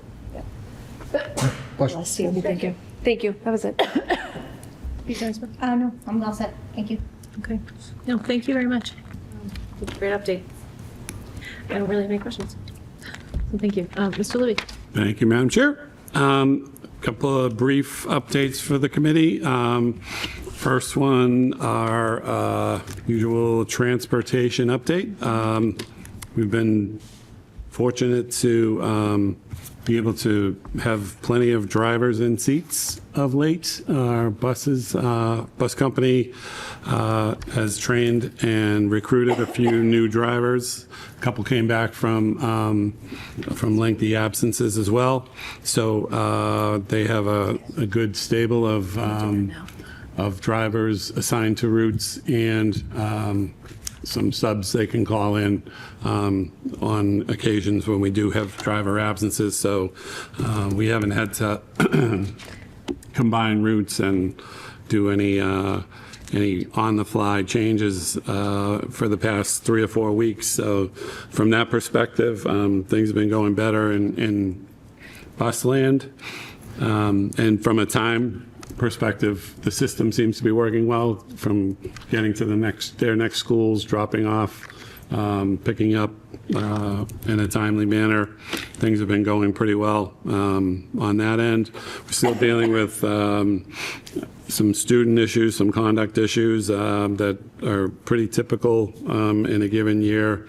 We have been assigning and using some bus monitors as we've seen those needs come up, and recruiting some folks from schools to help us manage some student behaviors. It's a pretty difficult task for some of the drivers if they're not facing the kids to see what's going on. So we've been putting monitors on some buses where we've had some issues, and that's been helping out with some of those behavior problems on buses as well. The new drop-off and pickup procedure and pattern at the Heathbrook has been reportedly working very well, keeping some cars off of Shawshene Street, not as much traffic out on Shawshene Street. There is still a little bit, but for much less traffic and for a much shorter time has been what's been reported. We're seeing at drop-off and pickup. Both of our transportation bids are up this year. Our in-district bid is up at the end of the year, so we'll be going out to bid on that shortly. Our out-of-district bid is contract expires this year as well. I'm meeting with the business managers of Chelmsford and Billerica tomorrow morning to discuss what our strategy will be there. We have a shared out-of-district contract with Chelmsford and Billerica. We do have 2 one-year options that we could use at our discretion. So we want to discuss whether we want to go out to bid in the open market or use one of those one-year options, and I'll be discussing that with them. They've been talking to their special ed folks, their transportation folks, and we're going to put our heads together on which direction we think we want to go in with that tri-district bid. We had a company in last week to do an inventory and assess the remaining furniture that we had left at the North Street and Trahan schools. Not sure if you're aware, but we just left what we didn't want as we moved into this school a couple of years ago. This school is fully furnished, so we took a few items, but most of the general classroom furniture was left behind. We've used some of it odds and ends as time has gone on, but a bulk of it is still in those schools, and as the town is looking to repurpose those buildings, we've kind of got to get a plan for what to do with that. Those desks, chairs, tables, whatever is in the buildings. So the company, we have found a couple companies that specialize in reuse of used school furniture. They will have contacts with nonprofit recipient partners, other countries that have need areas of our country that have been hit with natural disasters, tornadoes, hurricanes, floods, that can use the furniture in a pinch. So we've had one in already. We're hoping to get another company in, so we do our due diligence. There is a cost associated with this to get that much furniture moved. Does come with a cost, but we want to assess what a couple of different companies will come in at for a price to get that out of those schools and empty those buildings out for us. Lastly, our maintenance group has about 95% moved out of the fire station and are in their new home at the DPW building. Love to try to set up a time if any committee members are interested in checking out the new facility on Whipple Road that we're sharing with the DPW. Whenever is convenient or good time for the committee to try to get over there and check out the new facility that our maintenance folks are using. It's quite nice. So much better than what they had before. And those Showed us guys. pictures a couple months ago. Right? Yeah. The garage is complete now, though. They've been able to move most of everything in there of theirs. We'll be able to get the vehicles off the stored inside on a regular basis, extend the life of those trucks that our guys drive around in. There's a wash bin that they'll be able to clean up after plowing and things like that. So it should be a real boost for our group. Nice. Great. Any questions? I don't. Thank you. I do not. Thank you. No, thank you. And, thank you for coordinating so well with the bus company. Some of the stuff that's been going on there. I know that's been tricky. And, I'd love to see the DPW. I'm really happy for them over there. Should we, best way, just send you some days, or do you want to let us stay, Yeah. Okay, great. Awesome. Thank you very much. All right. And I think we covered both of our items in correspondence pretty well. Questions on the items there? No. And consent agenda, I think you've covered those. We could vote on those if anybody's so inclined. Madam Chair, I make a motion to approve the consent agenda as presented. I'll second. Okay, motion by Mrs. B. Johnny Smith, second by Mrs. Anderson, and that would be roll call because we do have some donations in there. So, Mr. Moncada, how do you vote? Aye. Mrs. Anderson? Aye. Mrs. B. Johnny Smith? Aye. And I vote aye as well for a unanimous 4-0 vote. And then some school committee member reports. Mrs. B. Johnny Smith or Mrs. Anderson with the CPAC?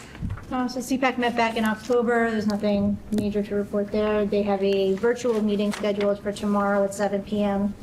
Just given many different things happening in the district tomorrow night, from the play and open houses and all the things happening. So 7 p.m. tomorrow is virtual.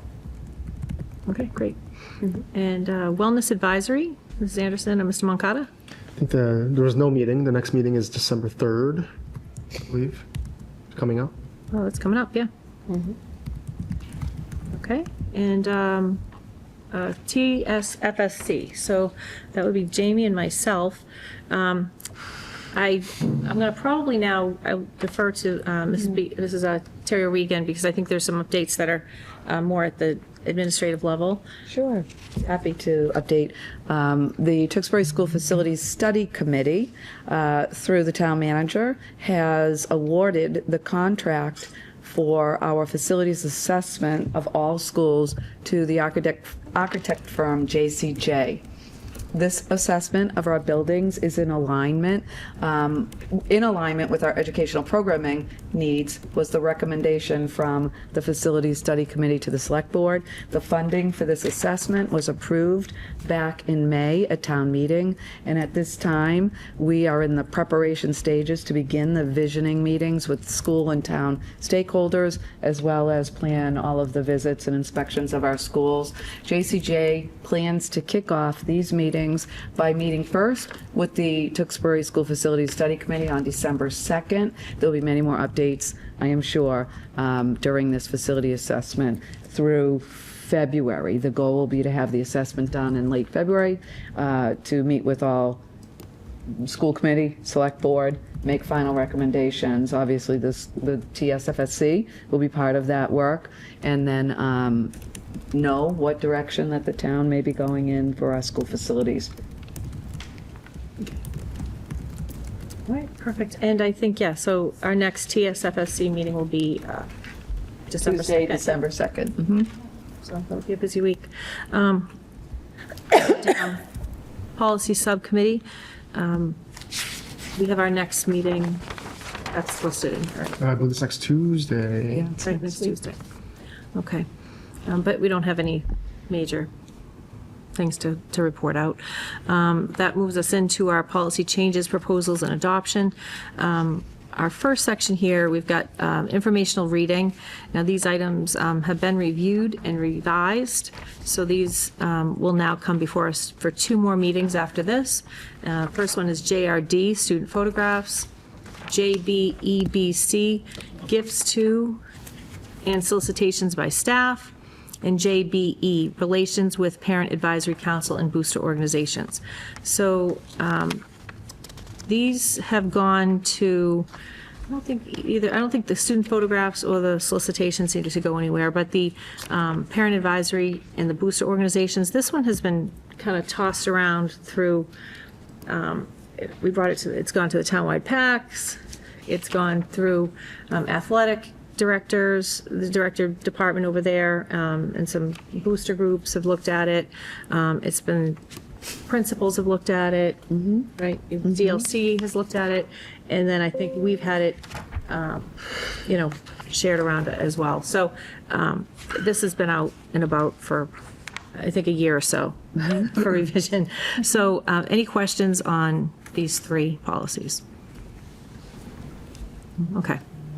Next, for first reading, reviewed and revised, this was before us already last month, is the introduction had some changes to it, and then JJIBB, the policy regarding volunteer coaches. Any questions or comments there? No. Okay, and then this next section, the EBCBA is for first and final reading. It's been reviewed and no changes.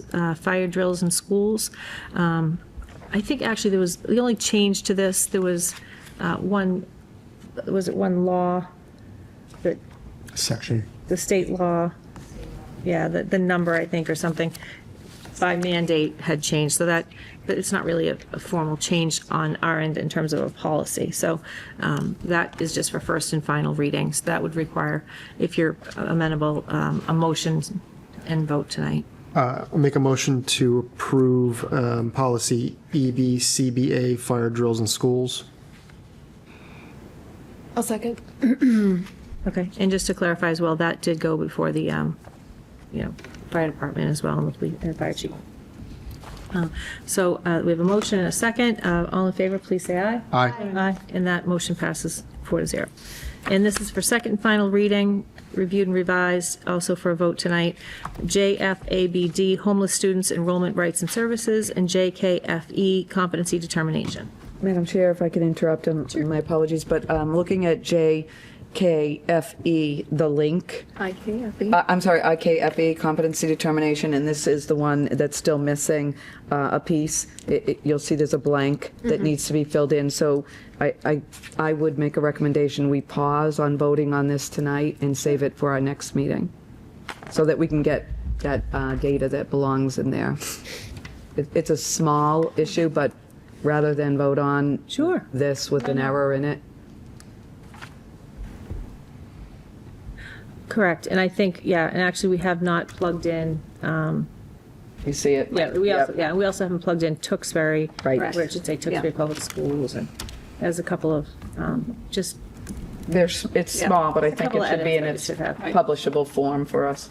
Correct. We need a motion then to table it for the next meeting, No, or? I'll just take, instead of taking the two of them for a vote, why don't we just take JFABD up for consideration right now? I'll make a motion on that. So, motion to approve JFABD, homeless students enrollment rights and services. Okay? I'll second. Okay, all in favor, please say aye. Aye. Aye. Okay, great. So that passes unanimously. And We're on this isn't a time constraint, so we're fine. okay. Thank you.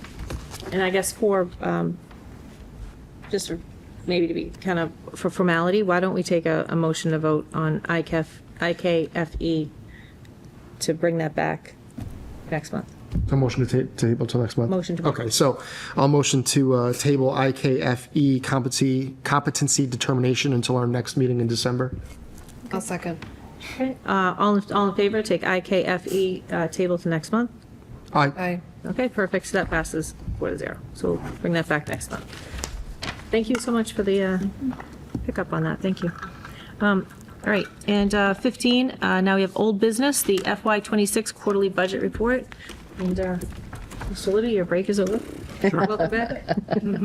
Thank you. So this is the report. I present this data a few times a year on how we're doing spending-wise and in a few different formats. I have it up on the screen here as well. The first is just a summary by our cost centers. Our cost centers are basically our school buildings or our major departments that we kind of group our budget into. And this is what we've expended year to date, and what encumbered is what we expect to spend through purchase orders or what we know we're going to have in expected salaries for the upcoming year. And then the available budget we have in each of those cost centers. The areas where we saw some issues last year, like we're seeing this similar trend, transportation and special education, but overall in okay shape at this point in the year. The next group of reports is sort of a more detailed look by account, with each cost center kind of broken out into their individual accounts.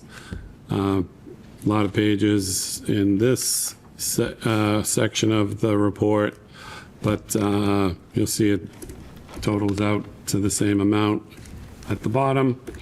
Then the last way we kind of grouped this data together was by the DESE function code, where we take the salary account level detail and group it together into areas that of how the Department of Ed wants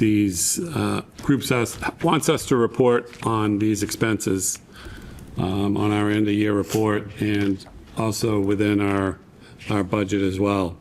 So it's a nice way to kind of see across schools, across the district, how the budget lines up in just a different way. This is also broken out by regular ed and unclassified expenses versus special ed expenses at the back of that report. Not seeing anything that is unusual at this point in the year. I'll be putting together likely a budget transfer for the December meeting to kind of level up some of those individual accounts that are in a deficit at this point due to various things that have happened and that we didn't foresee. But overall, much better than last year. I'm sleeping much better than I was at this point last year. Okay. Don't say that out loud. Okay, thank you. Any questions on the budget presentation? I'm good. No? No, good, thank you. Thank you, Mr. Libby. Sure. Thank you. Yeah. No questions? It does look much better. Okay, next is our October 1st, 2025 Sims enrollment update. Sure, and Madam Chair, I'm sharing this a little different with you. What you have in your packet is our official Student Information Management System report on our enrollment statistics for this school year, 2026, from October of 2025, and then you have the comparison just to show where we are now this year as compared to our official SIMS report last school year. So I'm just going to highlight some key areas, and that is we have increased overall 52 students from last year's official October SIMS report. And some of those areas where we saw the greatest increase, you can see 8th to 9th. That was a nice surprise for us. We have that bubble at early childhood continuing to tick up, which we really like to see. And our PK numbers are actually in advance of where we were last October. And keeping in mind, we enroll new, especially students with special education needs, early childhood preschool students throughout the school year. So you'll see those numbers go up as well. But this is informational only. I can just share some of the other student detail. We see our total EL population about the same, our immigrant population slightly down, and a little uptick in our high quality college and career pathway programs. And that is something, as you know, is a major goal of this district for a long time, to keep building on those programs. So we're excited to see them stick and students taking those courses. It's an overview, and what we'll do again, probably in December, is just give you those class counts again to see where we're standing mid-year and then again end of year. Any questions from anyone? I hope we have to stop using the word decreasing enrollment, and that we've held steady for several years, and now we're seeing, as I said, those younger students move up. So let's hope that's the trend we continue to see. I was gonna say, I saw one funny thing, the number of females that went up. It was like 80 more females this year than males. Last year it was like neck and neck. So interesting to see, to watch those like shift. Yeah. Yeah. And interesting, like, where did the girls come from? I'm a girl dad, so I'm proud of that. I'm proud to contribute. I don't think it's anything we did, I'm sure. It's interesting. What was, because there's a pretty dramatic decrease in Title I. What was that? You know, that again is year to year. The Title I numbers? Yes. I can speak to that. Because federal funding was on hold this summer, the grant and the awards came out late. With that, the grant was awarded late, and now we are chasing down staff members to fill those spots.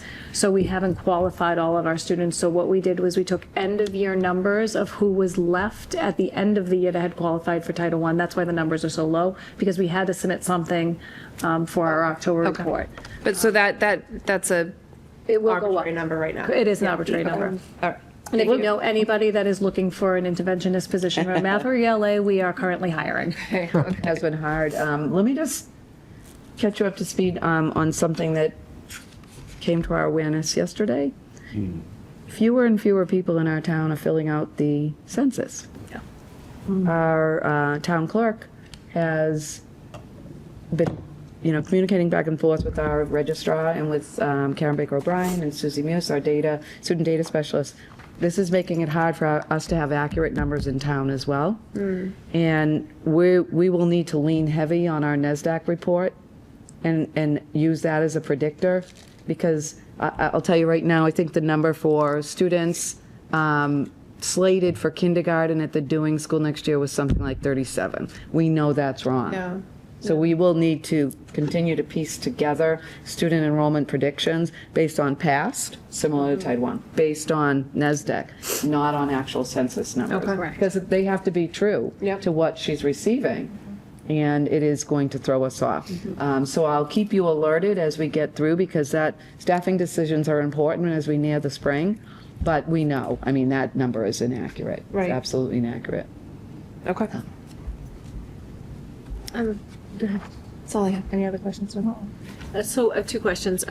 So some of the challenges you had in August, with kind of a surge with kindergarten, that was a little bit unexpected. Could that have something to do with? Absolutely.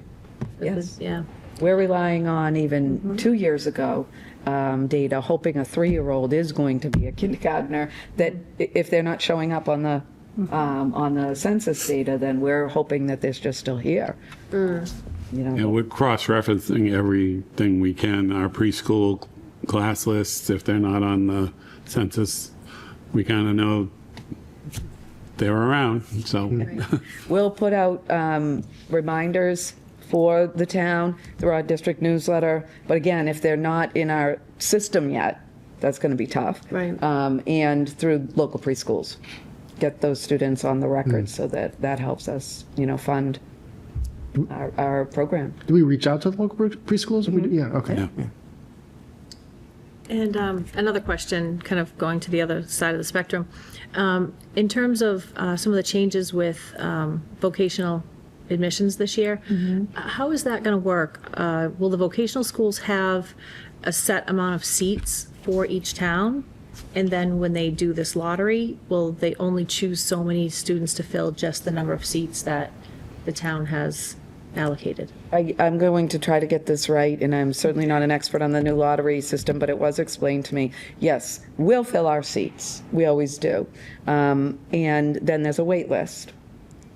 This process plays out all the way into April. But the waitlist students will be, if there are open seats, waitlist students, I think will get that first notice that there's open seats. Then whatever open seats there are through the ShawTech sending districts, all students can go into the lottery then for those open seats.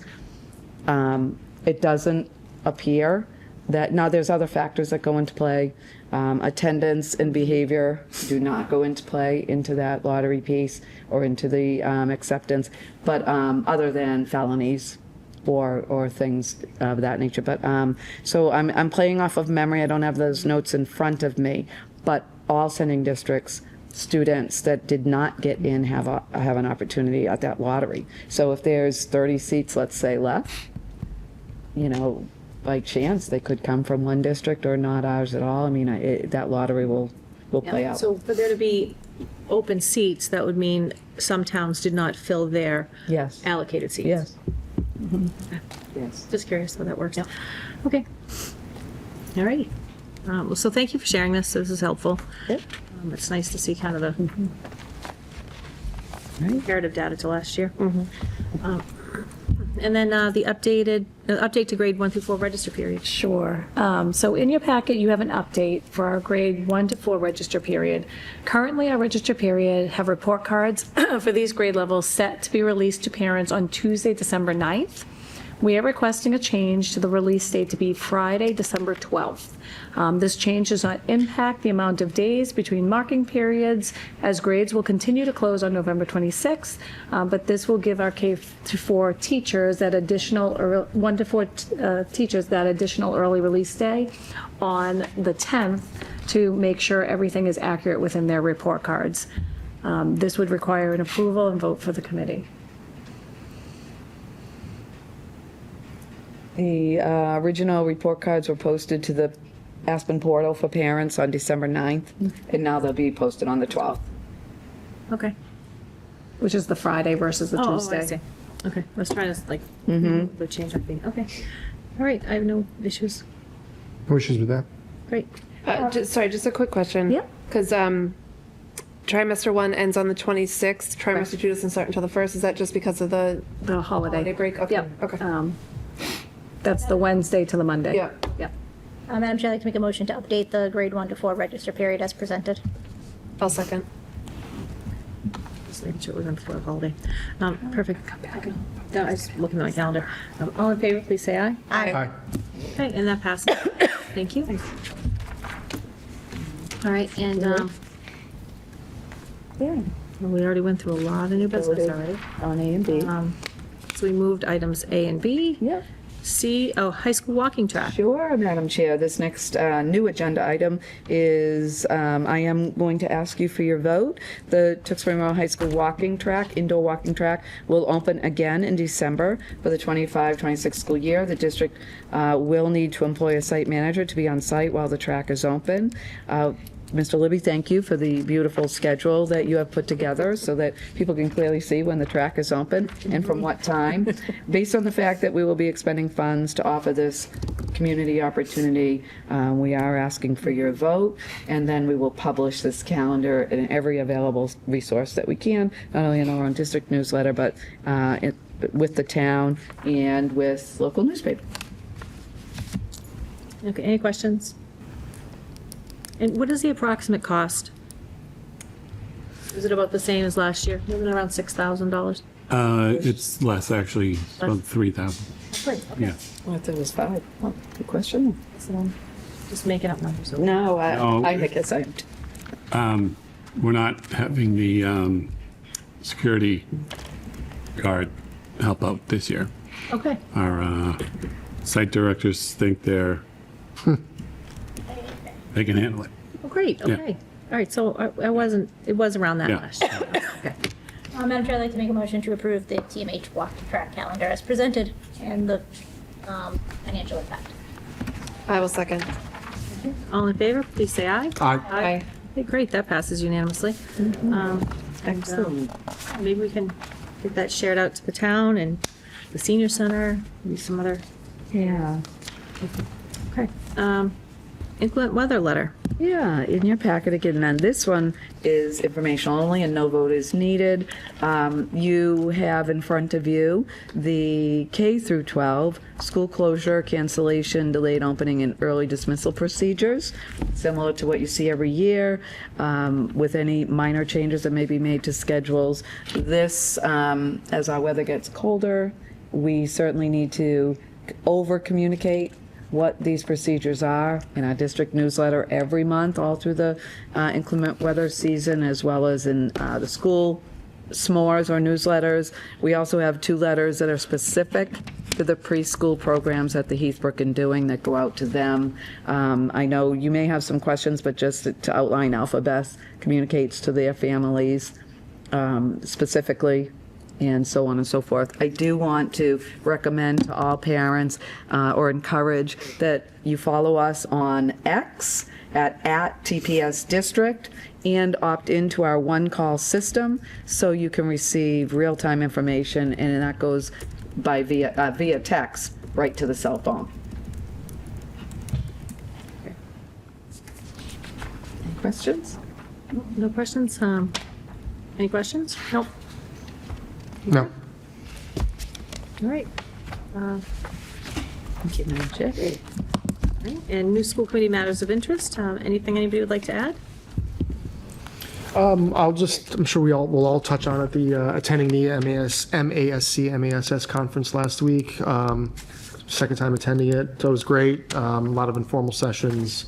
Again, I think I said it last year, like, when you hear what happens in other districts and other towns, we're not necessarily an outlier. We're not, like we're in a good spot. And the issues that we might have, other towns also have. So again, we're not an outlier. I think it was reassuring either way you want to look at it. So it was great. So happy to have attended that and get professional development for this position. So other than that, just a lot of all the exciting stuff we talked about tonight and the things we have going on to schools between now and the break. So it's great. Okay, great. I'm all set, thank you. I'll echo what Chris just said about the conference. This is my fourth one. I find it to be extremely helpful to not only collaborate with some of our other colleagues that run this position, that run in similar fashion, but also, being able to get together outside of sitting at this table and learn together. I think we can already touch on some of the highlights, but for myself, Amanda Ripley was excellent, breaking the spell of high conflict. I think even people, if you think that you're doing well managing conflict, I think I was able to take away a few things from that. Listening to our commissioner speak has been a pleasure each and every time we've gotten to interact with him. He's just so down to earth and willing to do the work, and he's just great. Some of the highlights for me year after year, all the sessions are wonderful, but the legislative updates tend to be the ones that I focus a lot of my time on. Specifically this year, there was several sessions related to special ed updates going on. One for Chapter 78, past and future inflation, rethinking the special ed reserve fund, establishing financial literacy curriculum, and how to fund that. I find those all to be extremely helpful, just to see where the trends are in other areas and where our legal teams or where our legislators are putting their efforts. Additionally, there were some grants that I didn't know about that we took some information away from, and some vendors that were there that it's always great to say, oh, I know Tewksbury, oh, I've heard of this, oh, I've heard of that. And one specifically, Bridget, you and I were together, we were talking to, it was some type of recess play, and they had mentioned that they were going to be meeting with one of our principals in the elementary school, and I found that to be great. I'm standing there to learn about it, and she says, oh, I actually have a meeting with Tewksbury next week or in 2 weeks, whatever it was. So I found that to be great. Again, this is not necessarily something we have to do, but it's such a great addition to the job that we do. Right. Yeah, so, any other matters of interest? Or No, that was my highlight. Okay.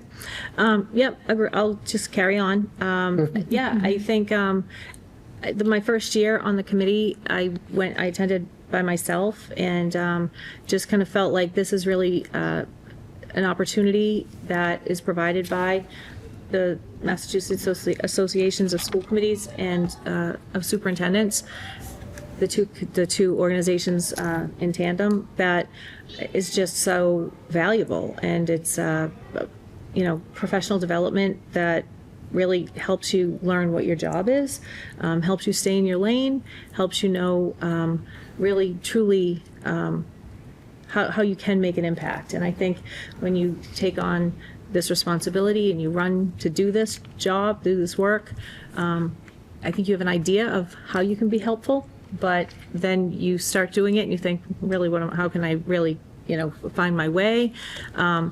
This is an opportunity where they help you find that place. So by sitting in some of these sessions, I learned a lot about what we are able to do and what we aren't able to do. So, and like you said, the legislative sessions are great. I think I learned a lot about AI, more so than what we're doing too. And I think in some cases I walk away thinking, wow, I think we're doing a great job. And other times I walk away thinking, I can't wait to get back and talk to Dave, and I got to talk to talk to this one and that one, because I really want to see if we can do more. It's a really great opportunity. So I thank you all for the work that you're doing every day, because I come back really invigorated. I'm proud of our teachers. I'm proud of what they're doing in the classroom every day with students, because they're doing a great job. So I'm just proud of our district. I can't say enough about it. I did sit and moderated a session as a board member for MASC. I have an opportunity to work on that end as well, and it was with the Department of Education for the PRS complaints. And so here in that lens, when families have, or kind of an experience that they're not happy with, and they go to the state and they put through their complaints, kind of what happens, and how does that, where does that complaint go? How do they process it? And then how does that get resolved? And so that was a really, really great session for me.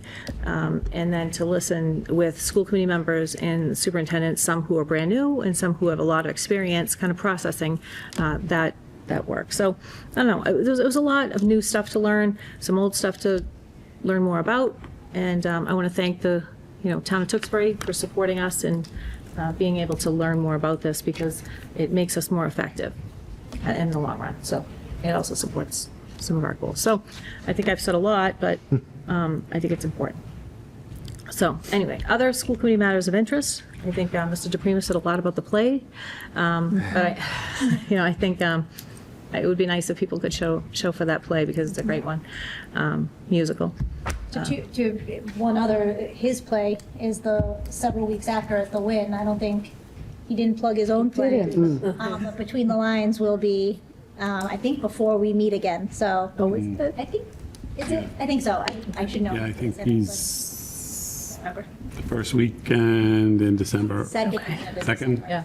So maybe it's the week of our meeting. But yeah. So Ours is the 17th, so. Oh, yeah, so the week before ours. So yeah, Between the Lines is that second week in December, and that's also going to be an excellent. Yeah, that will be a great show. So anyway, so getting out to see those things, it's an amazing, outstanding football game on Friday. It's in Lynn. This football team is doing a fantastic job. They're undefeated. So if people haven't been paying attention, now's the time to get involved. So, get your tickets online, go see the play around, on Saturdays. The play's still playing on Saturday and on Thursday. So anyway, there's a lot going on, and our students are doing outstanding, and I couldn't be more proud of our district. So there's some great stuff going on. I'll stop because it's almost 8. We always feel good when we get done before 8. Future school committee dates, December 17th, we have a regular school committee meeting. Future subcommittee advisory dates, we've got CPAC on November 20th, as we talked about, that's virtual. Wellness advisory, December 3rd, policy, November 25th, and TSFSC on December 2nd. Future agenda items, anything to add? Nothing. Okay, No. and at this time, I'll entertain a motion to enter into executive session. This will be a non-public session to discuss the approval of executive session minutes, collective bargaining pertaining to TTA bargaining unit, and the school committee will not reconvene an open session after the executive session adjourns, and we will close open meeting, convene in executive session. So much. Second. All in favor, please say aye. Aye. Aye. We adjourn this portion of our meeting at 7:58.